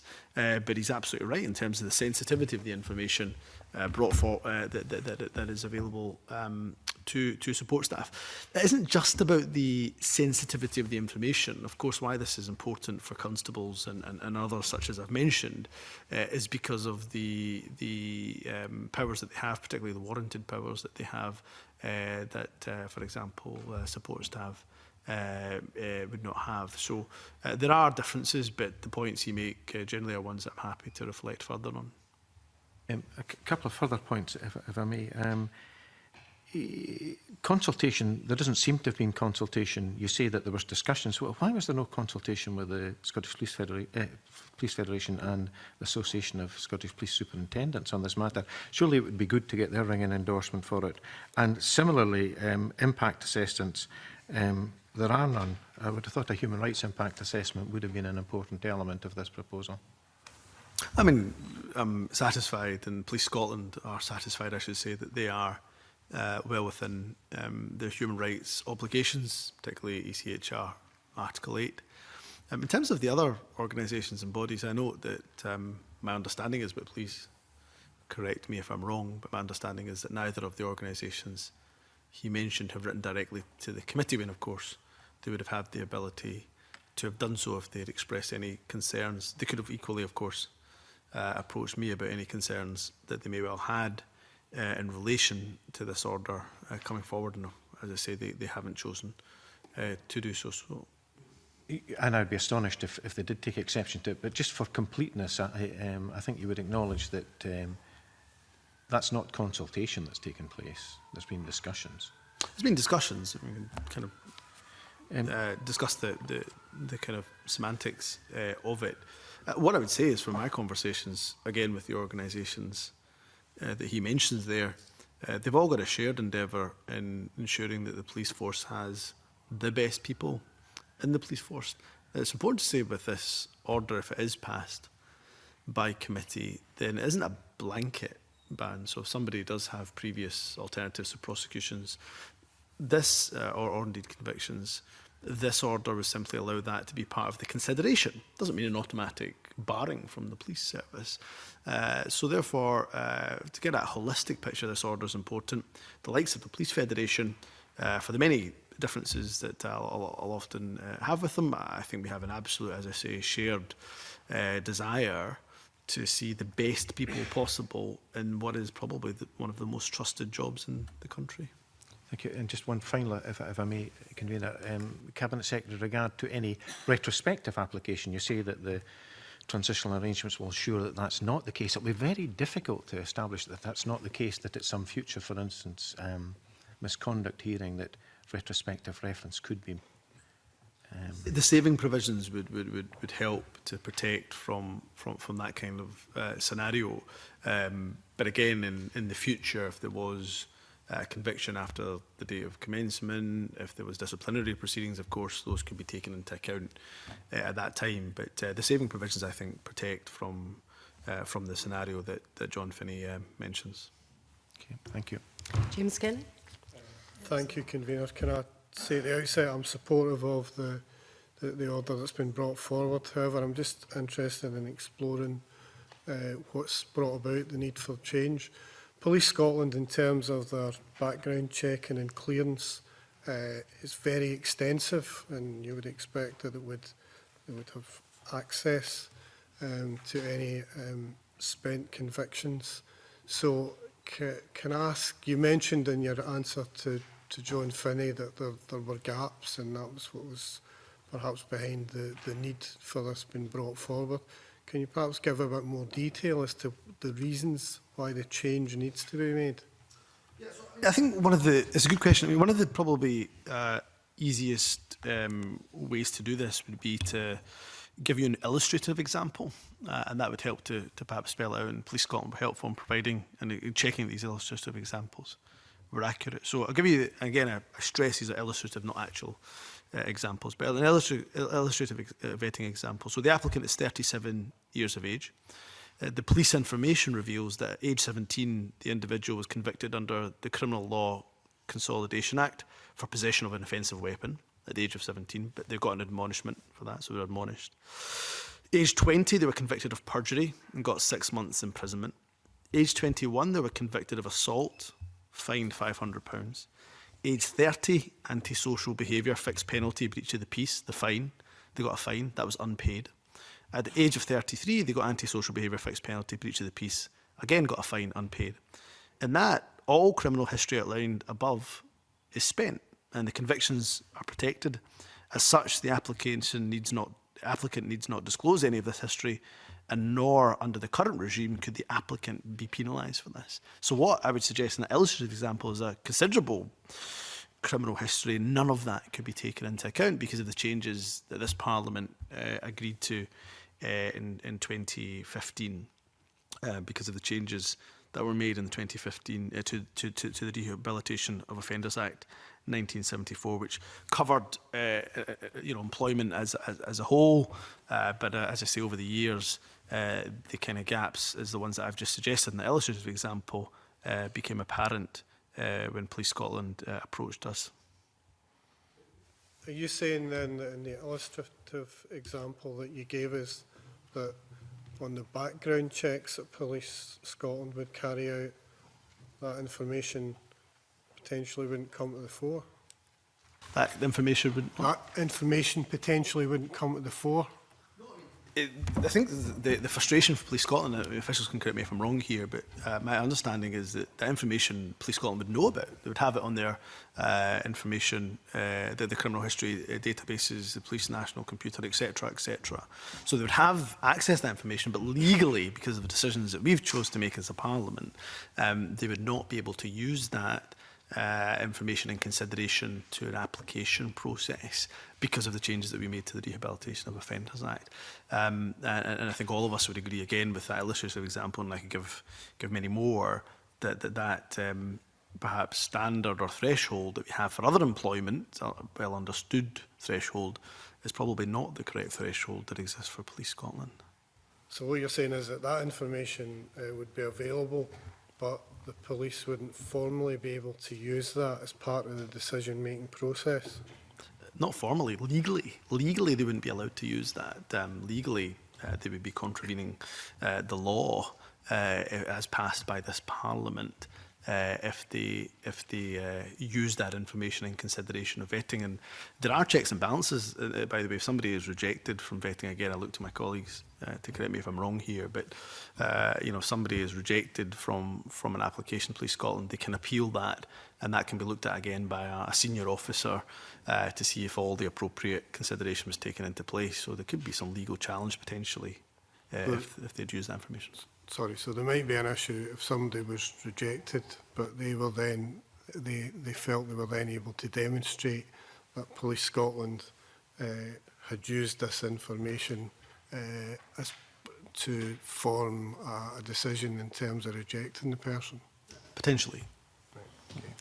Liam MacArthur, then John, very briefly again. Thank you very much. Like John Finney and James Kelly, I'd begin by confirming I'm supportive of the changes being proposed, and to some extent the Cabinet Secretary picked up what I was going to ask around the proportionate use of this power, it not being an automatic debarring. But I think it is perhaps regrettable that, as John Finney was highlighting, the lack of that prior consultation. You're absolutely right, the Federation and others could make representations, but in a sense leaving it up to organisations who may have concerns to spot that secondary legislation is coming through and raise concerns with the committee wouldn't appear to be good practice. I mean, I know you've said you'll reflect on it, but I really would encourage you to do that, because there does appear to be a bit of an assumption that everybody's on board and therefore due diligence has been done. But I think given the potential human rights implications, and we'll see how this is applied, and there are appeal processes, but given those human rights implications, I think that due diligence probably could have been done better. I mean, I just reflect on it. I mean, I take the points in the spirit that they're intended from both Liam MacArthur and from John Finney, and certainly we will reflect on those points. Yeah. Cabinet Secretary, the circumstances you outlined there, and I'm not in a position to argue that list of offences. I'm sure that's a very extreme example. But would that not already be picked up? If you look at paragraph 65 of your memorandum in relation to this, and I quote here, further, all their decisions are recorded. Applicants who are refused vetting are informed of the reasons for this, with this important caveat, where police operations and data protection rules allow. The reality is that, as with refusal on the grounds of criminal intelligence, it wouldn't be disclosed to the person. They would just go, there's a whole string of these convictions, they're not suitable because of their conduct. And that would be the end of it. So this is a tidying up exercise I support, but I think it's gilding the lily a bit. Again, I'm not from the legal profession, but where there is a potential for any challenge, and again in the scenario that John Finney points out, all it would take is one applicant to think, well, actually, I think the reason why I've been discriminated against, from their opinion, would be because of an alternative to prosecution, and I can see scepticism in Mr Finney's eyes at that. But all it would take is one. And, I say to Mr Finney, in all seriousness, having been a minister for 7.5 years, whenever there's a possibility of that legal challenge where you think there's a vulnerability, it really is a responsibility for you to tidy up the legislation where appropriate and where necessary. So he can look at it as a tidying up. I wouldn't necessarily disagree with that assessment of it, but I think it is necessary to do so, and I look forward to support in the order. Okay. Agenda items: formal consideration of the motion in relation to the Rehabilitation of Offenders Act 1974, Exclusion and Exemption Scotland Amendment Order 2020. The Delegated Powers and Law Reform Committee has considered and reported on the instrument and has no comment on it. The motion will be moved with an opportunity for formal debate if necessary. And the motion is motion S5M-2033-2, that the Justice Committee recommends that the Rehabilitation of Offenders Act 1974, Exclusions and Exceptions Scotland Amendment Order 2020 draft be approved. Cabinet Secretary to move. Moved. Thank you. Do members have any further comments or questions? No. The question is therefore that motion 20332 in the name of Humza Yousaf is approved. Are we all agreed? Agreed. We are agreed. Thank you. We'll suspend briefly for a change of government officials.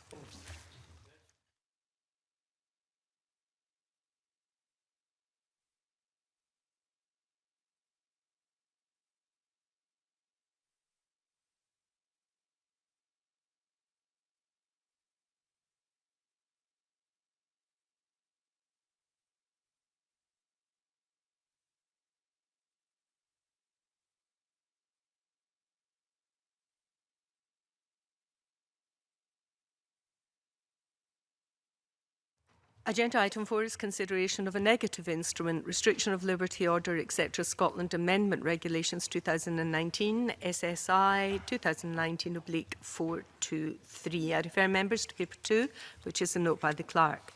The Delegated Powers and Law Reform Committee considered the instrument at its meeting on the 7th of January and agreed to write to the Scottish Government to ask for more details on why the instrument was brought into force only 3 days after it was laid, thereby breaching parliamentary rules. Details can be found in Annex A of the paper, and the Cabinet Secretary for Justice's response at Annex B. I welcome back Humza Yousaf, Cabinet Secretary for Justice, and his officials, Graham Robertson, the Electronic Monitoring Policy Manager, and Craig McGuffey, Principal Legal Officer with the Scottish Government, and invite the Cabinet Secretary to make some short opening remarks. Well, thank you very much, Convener. As you probably know, it's an existing legislative requirement for Scottish ministers to prescribe the equipment that can be used for electronic monitoring in Scotland. In practice, we are obliged to specify within SSI the equipment that can be used for electronic monitoring in Scotland, and this is one of the stages of the parliamentary oversight of the electronic monitoring service. In practice, this obligation is discharged by setting out within the SSI a very brief description with model numbers and equipments that can be used, as you can see clearly.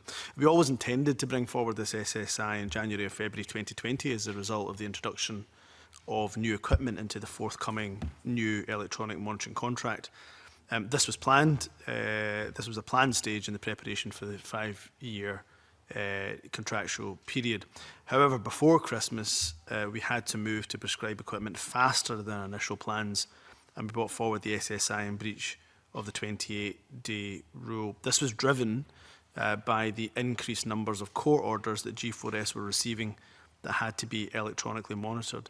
At that time, we were seeing the highest level we've ever seen in Scotland of electronically monitored court orders, such that even with the decrease in the number of HDC licences that are monitored, there was a potential for pressure on equipment stock levels.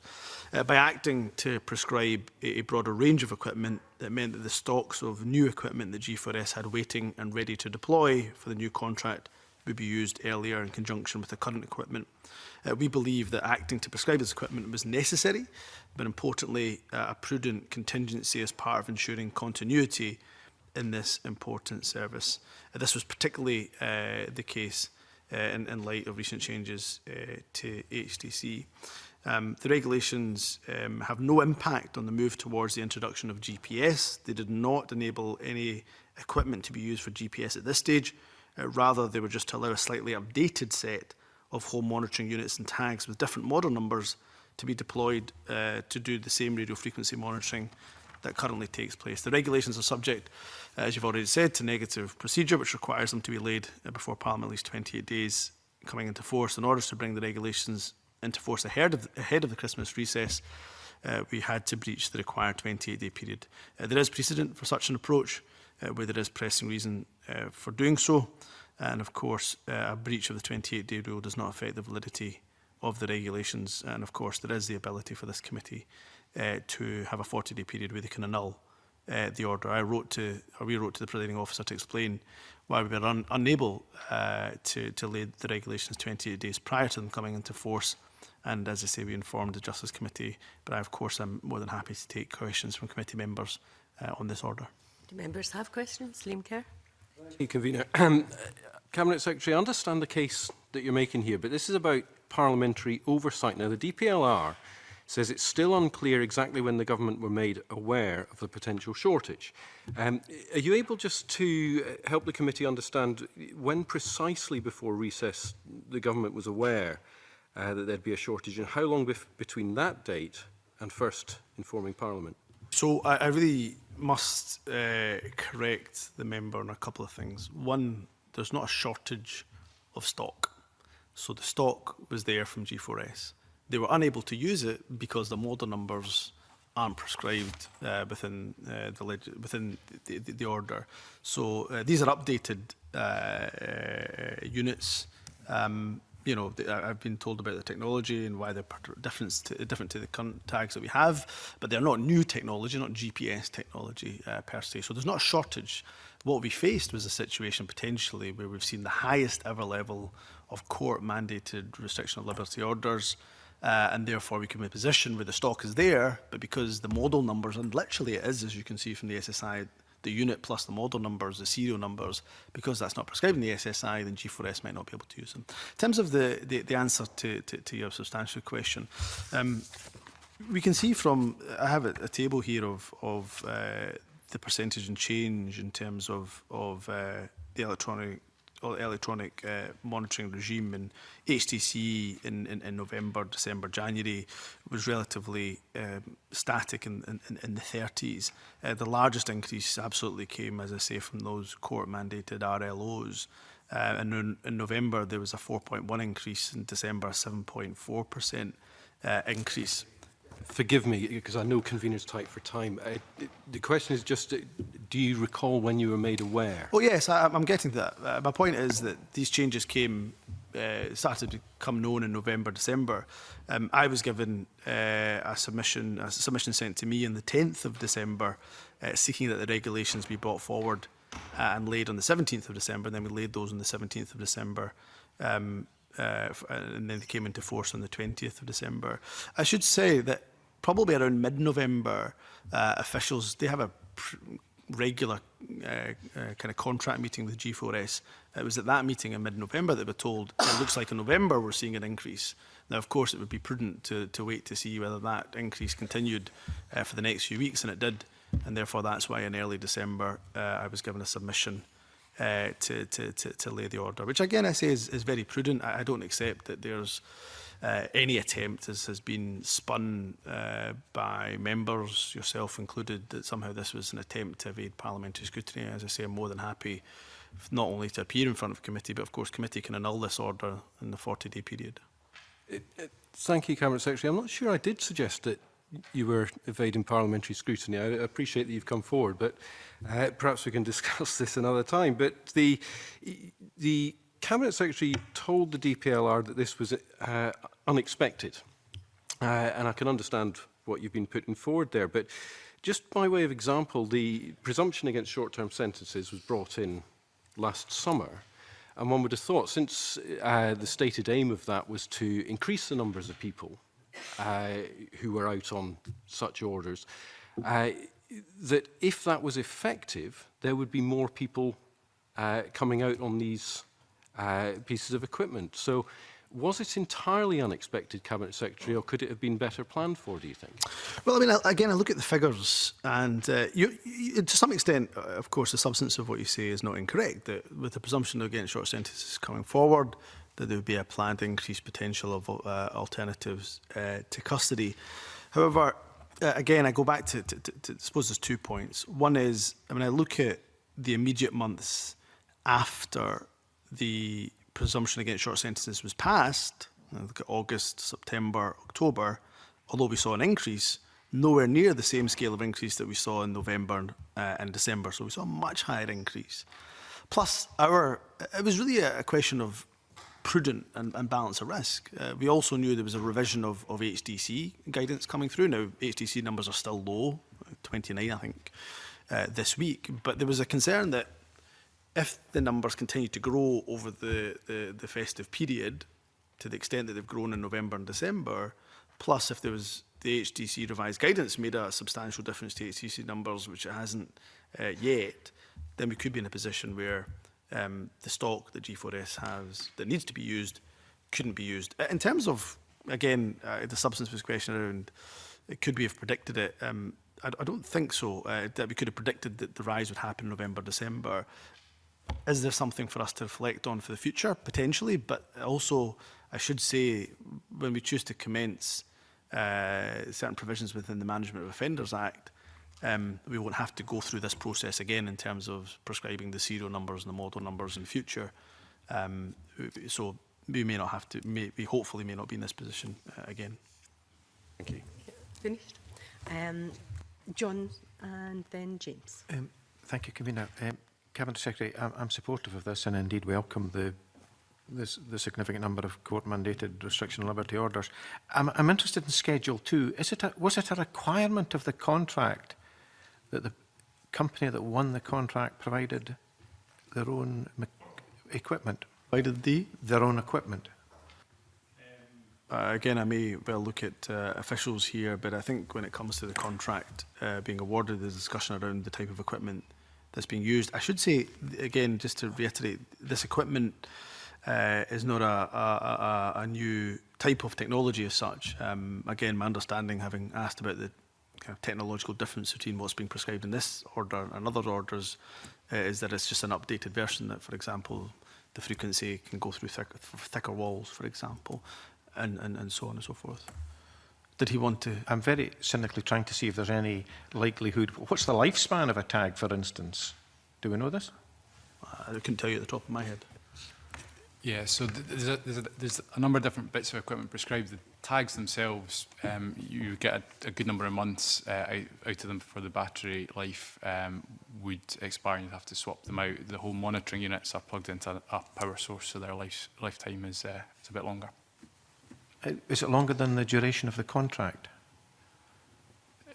For a home monitoring unit, yes. So they would be able to be continued between contract periods, yeah. And would a renewal of any contract, were it not to be taken back into the public sector, which would be a fine idea if it were, Cabinet Secretary, but with the renewal of a contract, would the fact that the equipment was manufactured, devices manufactured by G4S Monitoring Technologies, would that influence contract decisions, future contract decisions?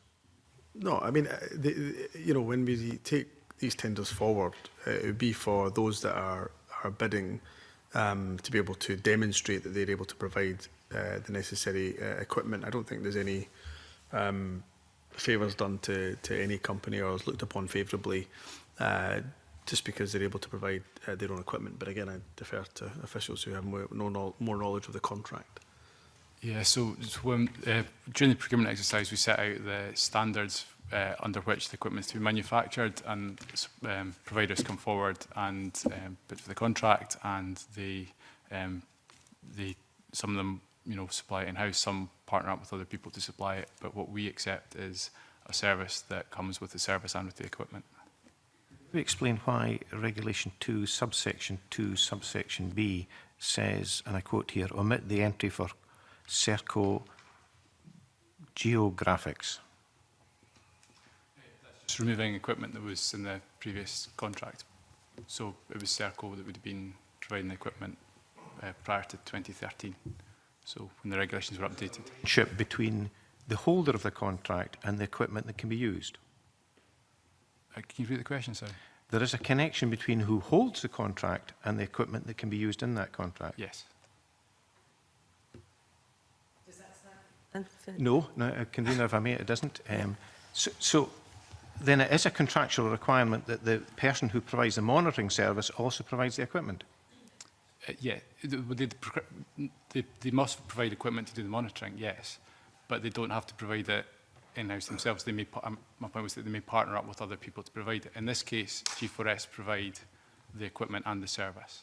It would be like, I mean, you know, previously as Transport Minister, when, you know, we expect somebody to run be it our railways or our ferry contracts, we'd expect them to make sure they have all the equipment necessary to be able to bid for and successfully run the contract. I'm struggling to see... Given that you have train leasing companies, I'm trying to establish... Struggling to see where this one... Sorry. If you could be brief, Cabinet Secretary, we're well behind and we've got another panel to hear from, a very important panel, so if everyone could be brief, that would be just very briefly, I suppose it would be helpful if Mr Finney would get to the crux of what his concerns are and see if we can try to address. Is the omission of the entry Serco Geographics, is that because that is obsolete, or is it because there's a new contract?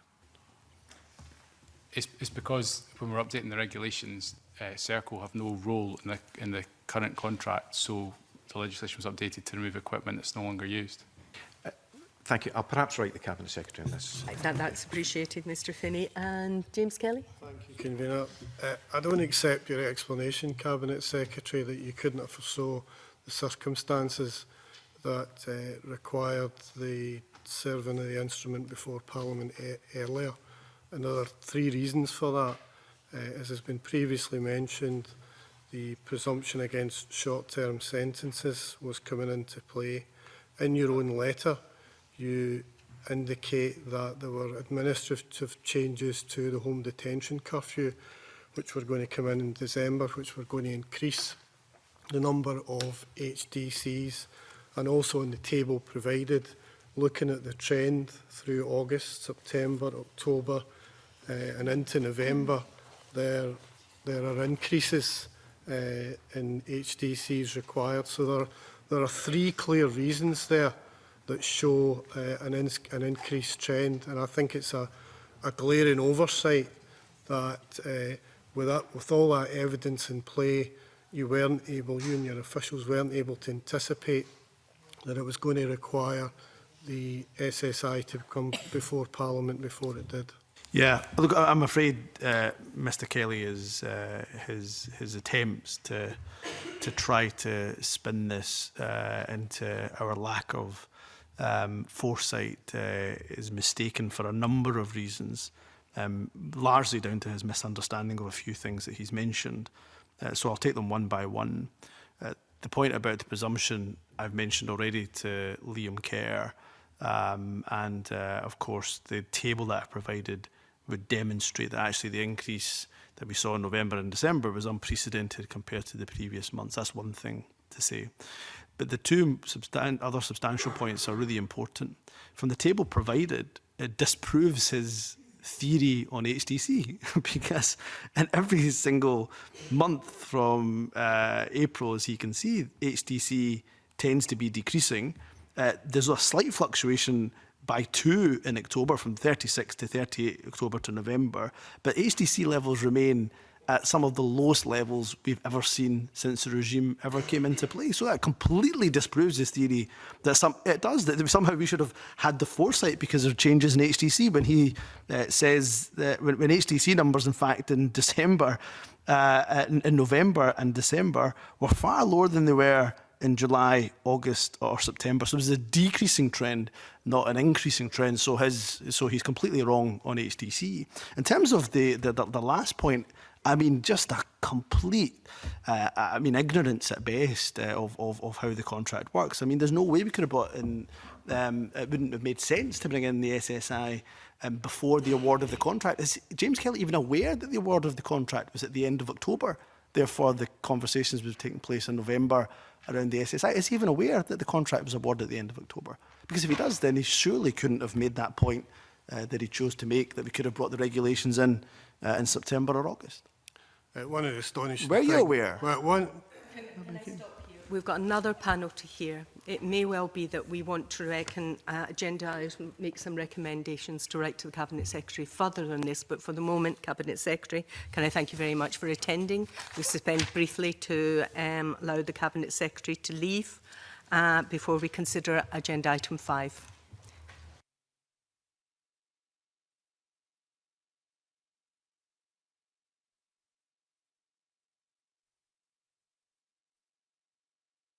Of the Restriction of Liberty Order, etc. Scotland Amendment Regulations 2019, SSI 2019/423.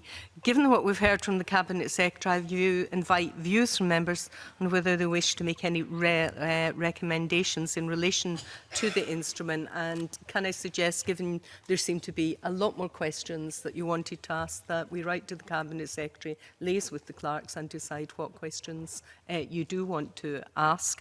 It doesn't have to be agreed today if members don't want to agree this and want further information. We can do it from 3rd of February, but I'm in your hands. Do you want to make any recommendations to delay this, get further information, or are you happy to approve today? Rona. Convener, I think we're going over all ground here. I think the questions that have been asked are about process leading up to this, and I don't think anyone has an issue with substantial meaning for this SSI, and I think it should be passed. Is anyone not agree with that proposal? I don't disagree with the SSI. However, I thought it was extremely unsatisfactory that the session was cut short. Certainly the things that the Cabinet Secretary said in response to me were incorrect, and I wasn't able to correct the record. So well, if you would like, James, we can write to the Cabinet Secretary and ask exactly what you'd like to. But we've got another panel here ready to give evidence on the Children's Scotland Bill. They've been inconvenienced and they should have been heard more than an hour ago. It's likely their session is already going to be cut short. So on that basis, do you want to write to the Cabinet Secretary to get that further information? Happy to do so. We've got the time to do so. We can revisit this on the 3rd of February. And if anyone else has got any questions, please give them to the clerks. Are we agreed on that procedure or not? I think we should be. Accept. Are you content with that, James? Yes. Thank you very much for that. Are we agreed the committee does not wish to make any recommendations in relation to the instrument? Agreed. Agreed. Thank you.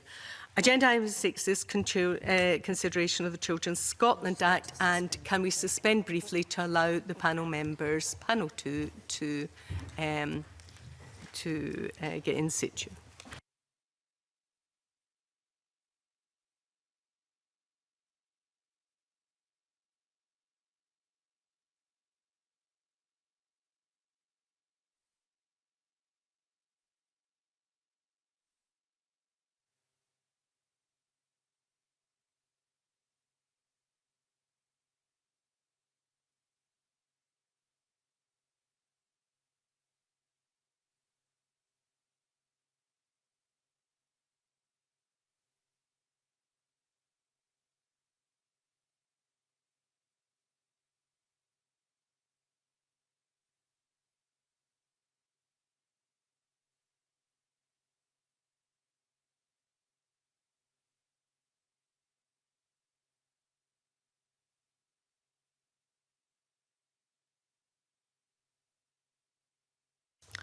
Agenda item 6 is consideration of the Children's Scotland Act. I refer members to paper 3, which is a note by the clerk, and paper 4, which is private paper.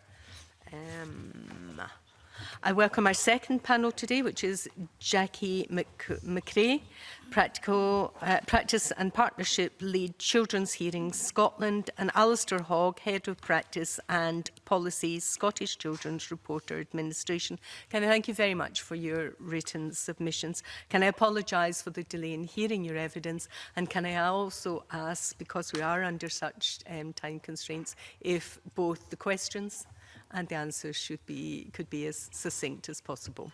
With that, we move straight to questions, starting with Jenny Goruth. Good afternoon to the panel.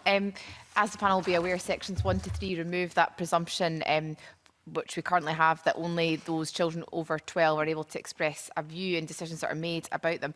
And I just wonder, what the panel's view is on that, first of all, that removal of that presumption. Are you supportive of that change in the first instance? Thank you. Thank you for the opportunity to talk with the committee.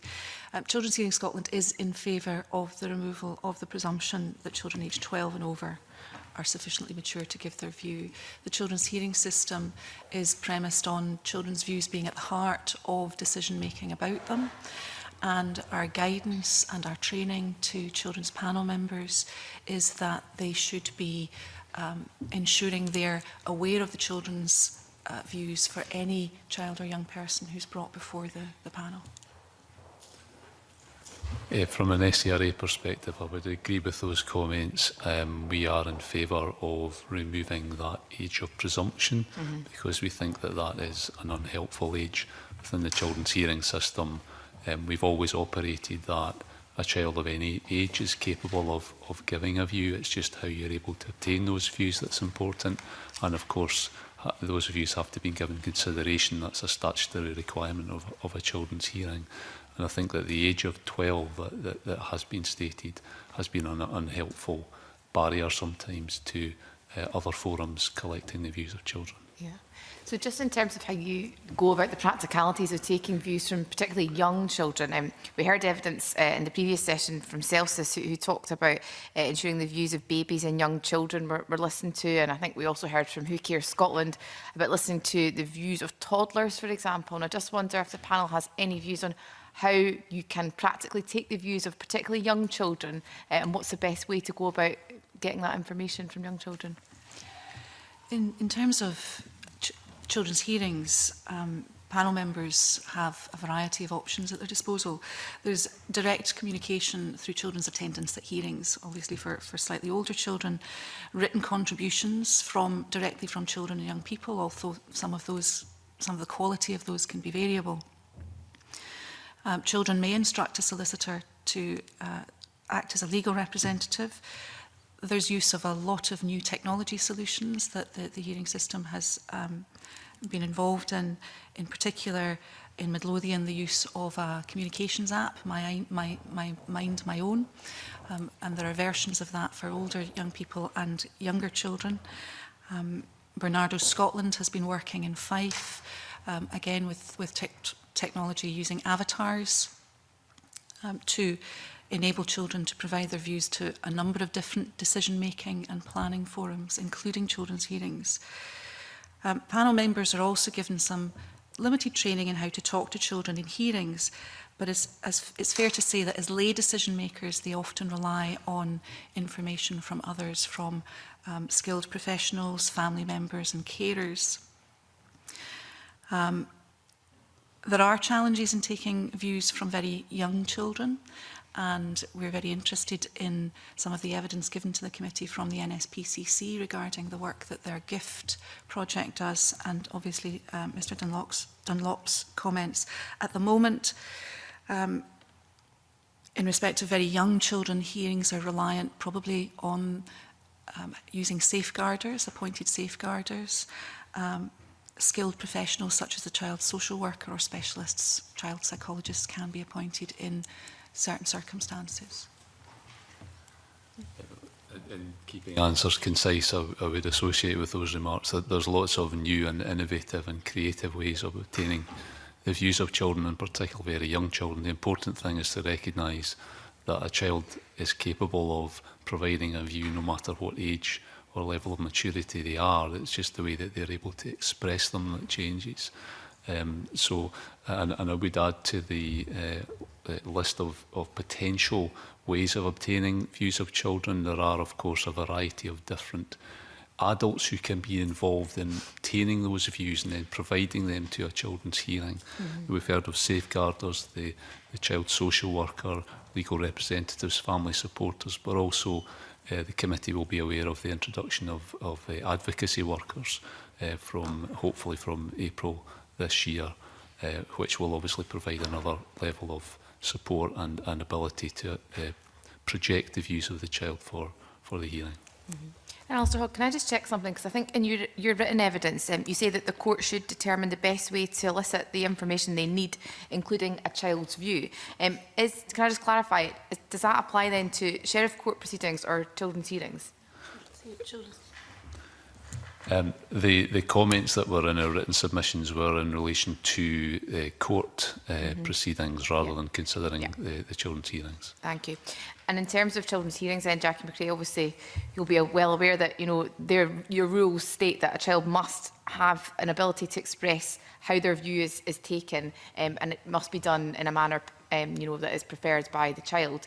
The legislation at the moment does not currently specify how that should be done. Do you think the legislation needs to be more prescriptive in terms of how that is taken and listened to, or should it be quite open to interpretation depending on the child? I think we welcome provision that would enable hearings to work with the child to enable the child to take their views in the way that is most effective for that child. If what you're saying is there should be a prescriptive list of methods by which that should be done, I think there are some risks in that. In the greater the level of prescription in the law, the more restrictive some approaches to implementing that might be. I think there would be merit in quite detailed statutory guidance for professionals about the options available to them. Okay, thank you very much. Thank you, Rhona. Thank you, Convener. Good afternoon, panel. Yes, can I ask if you're supportive of the proposed measures in sections 4 to 7 of the bill about offering greater protection to vulnerable people in the courtroom? And do you think it goes far enough? Do you think maybe something more radical should be suggested? The court setting is probably more the remit for SCRA in relation to this panel. We welcome the proposals that are put forward in sections 4 to 7. We think that they are helpful. In particular, the restriction on personal cross-examination of a vulnerable person within the proceedings. That's a power that we've long hoped for and will be helpful. I think that what I would say overall in relation to these proposals, you will be aware of what we had in our written submission, and I think what we were trying to convey was that when you are looking at the vulnerability of witnesses and parties going to court, we think that it would be helpful to look at children through a separate lens, through a different lens, and to consider what supports, protections and measures might be the most helpful and most appropriate for children. And that way it might be a more helpful and clear process. I should say under the Vulnerable Witness Act, anyone under 18 is by their age considered to be a vulnerable witness, so that protection is in place. But we just simply think that it would be a helpful and clearer position to state a position in relation to children through the court process. The committee will obviously be aware that yesterday the Vulnerable Witnesses Criminal Evidence Act came into force, and some of the measures proposed in relation to certain High Court proceedings would be something that SCRA would support to be transferable to our proceedings too. We do, as children's reporters, have to appear in court under different sets of rules depending on what the grounds of referral are, and we think it would be helpful to have one clear statement in relation to children where they are involved in those proceedings. Thank you. Yes. Children's Hearing Scotland would suggest that the bill has missed an opportunity, perhaps, to think about the child and family's experience as they move through different sets of connected or sometimes related proceedings. Since 2013, there's been a real focus in the hearing system on realising human rights of everybody involved, and some of the procedures introduced are framed with a view to ensuring that the child and their family members' rights, Article 8 rights, are properly respected. And that means that there are very stringent tests, which mean that that the child and their family members have both rights and duties to attend hearings, and the circumstances in which relevant persons or their representatives may be excluded from hearings are very limited, even when there is a concern that they may present a risk to the child or other parties in the hearing room. In some respects, we think that there is a need for greater protection for the child and adult victims of abuse within the setting of a children's hearing, which are not available at the moment. Indeed, it's not that uncommon for adults adult perpetrators to be brought in handcuffs from custody into a children's hearing room with children, sometimes very young children, present. SCRA does an excellent job in trying to gather intelligence about risk and consider how best to manage complex hearings beforehand and make arrangements to keep all of the participants safe. But that cannot always be relied on. We cannot necessarily even rely on police presence where violence is anticipated. So in those circumstances, we consider that children's panel members should have greater scope to manage hearings where there is evidence of risk and potential violence. And those could include providing information to the hearings in advance and greater information exchange between different court proceedings, greater participation by video link, so that participants don't have to necessarily be in the same room together, and a capacity to enable panel members to make a decision to involve relevant persons in hearings separately. There is the possibility of excluding relevant persons, but the current test for those relates solely to risk of distress to the child and to prevention of the child being able to express a view. Those thresholds are quite high in practice. Thank you. There's more I'd like to ask, but I know we're short of time, so thank you. Okay, thank you. John. Thank you very much indeed, Convener. Good afternoon, panel. Yeah, there was a lot talked about siblings in the previous session, and I'm aware you were present there. There was a number of organisations have said that in relation to siblings' rights and family cases, should, including measures affecting the children's hearing system, there's been proposals that they should be included. Can I run these past you, please, for your comments? And the right to be notified of proceedings, the right to attend hearings, the right to make representations, and a right of appeal or review. And can you maybe outline what effect these proposals would have on the operation of the children's hearing system, and perhaps outlining any challenges that could pose, please? Yeah, I could maybe start on this one.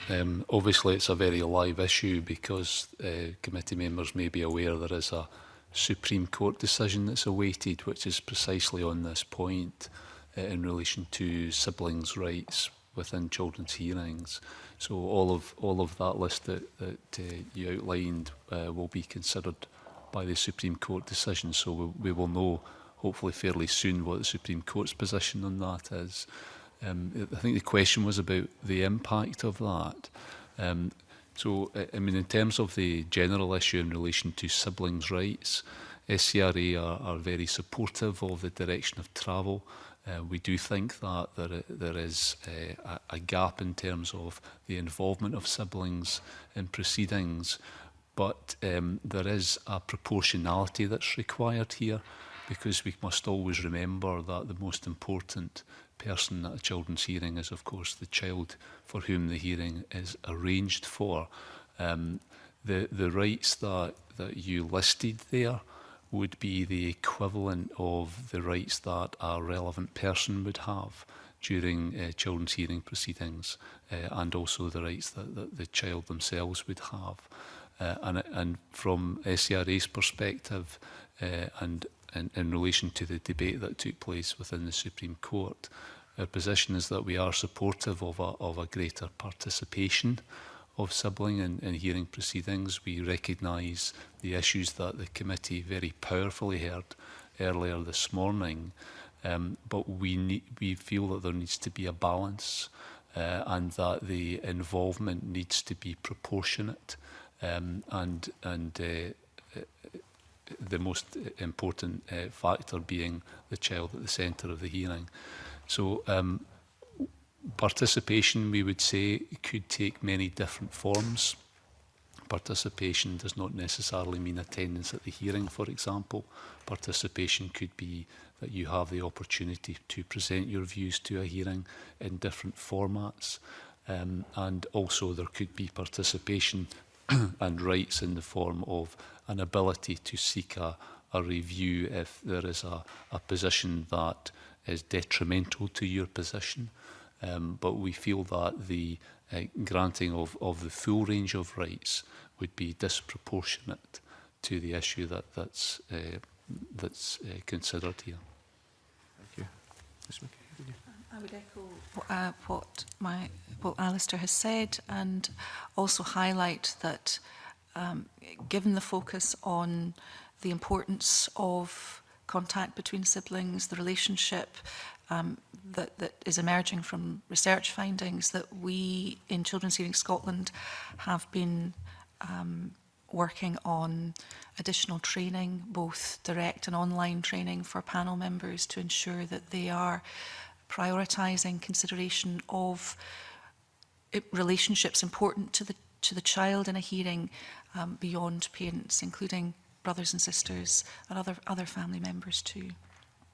We also have a test for change planned in one of our area support team areas, where panel members will ensure that they gather information about the situation of the child's brothers and sisters and the impact on those relationships for the child in every hearing. And just one small point, just to clarify, because you mentioned about the wider family, including siblings. For the avoidance of doubt, that would include grandparents? It would include grandparents. Okay. Yes, that's lovely. Thank you. James. I wanted to just ask about delays in the children's hearing system. The bill provides for the court to have regard to the effect that delays may have on children, is there anything specific that you think should be included in the bill going forward in terms of measures the court could take to mitigate delays that might have an adverse effect on the child's welfare? I think from our perspective, our focus has been on the hearing system, and in general, delays within the hearings system itself relate often to administrative problems, lack of reports, or important people not attending hearings, and that will often cause difficulties in panel members making decisions as promptly as they would wish, which is why we would consider that retaining the focus of the hearing on the child's welfare and the concurrent legal tests is critical. Adding an additional consideration for panel members over and above that, we don't see as adding anything in that panel members should be focused on considerations around delay and the impact of that for the child. I think that's...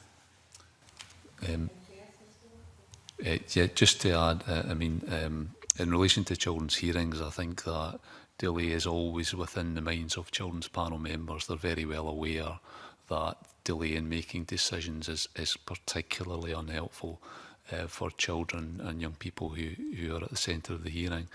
In relation to court proceedings, SCRA very much welcomes the measure in section 21. We think that it's helpful to have that stated in statute because our proceedings at court, particularly our proof proceedings, can very often be delayed significantly. Cases that can take several months and sometimes even over a year to conclude.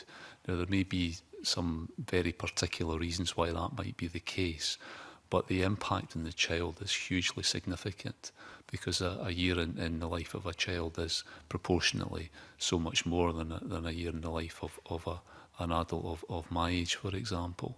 So we very much welcome that this is placed in statute.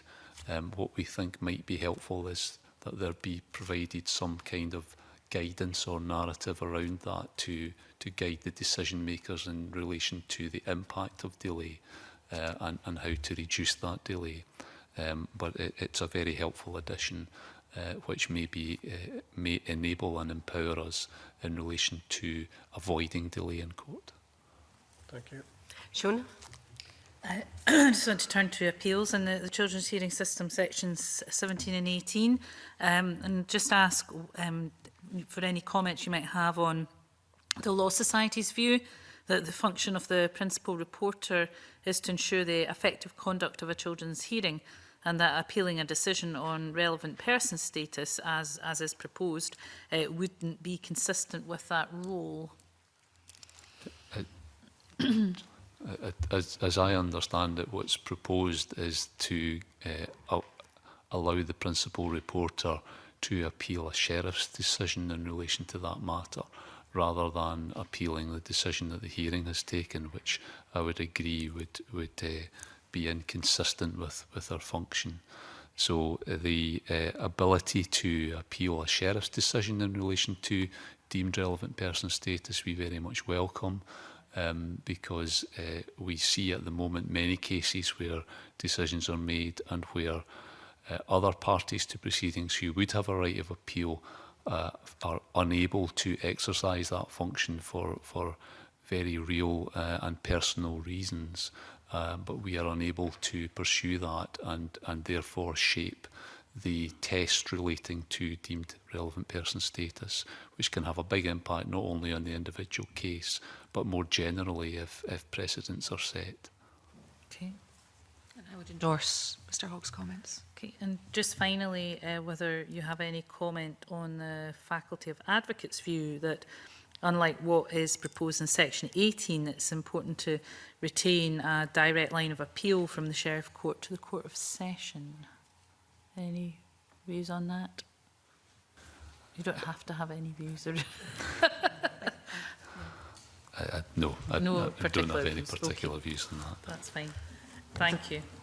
That concludes our questioning. However, it may be when we review the evidence today, the members think of things and do still have further questions that we'd like to ask you. And on that basis, then we'll be very grateful if you could provide further information if it's requested. But in the meantime, thank you very much for a very concise and helpful evidence session. That concludes the public part of today's... Oh no, we've still got the police sub-report. Sorry, John. I would go straight on to that now, if you don't mind. Agenda item 7 is feedback from the subcommittee, and it's on its meeting on policing on 16th of January. I refer members to paper 5, which is a paper by the clerk, and following the verbal report there will be an opportunity for questions. I invite John Finney to give that report. Thank you, Convener. As you say, the meeting was on the 16th of January and it was our third and final session on our inquiry into the use of facial recognition technology by the police service in Scotland. The subcommittee heard from Police Scotland and from the Scottish Police Authority, and as you say, members have a feedback note in their papers on this meeting. Police Scotland outlined the process for photographing people at the point of charge in the custody process and how these images are uploaded into the Scottish Criminal History System and the UK Police National Database. It was confirmed that the Scottish Criminal History System only contains custody images. However, the UK Police National Database also contains, quote, intelligence images from a number of sources like CCTV. Police Scotland confirmed that they have no plans to test or introduce live facial recognition technology in Scotland at this time.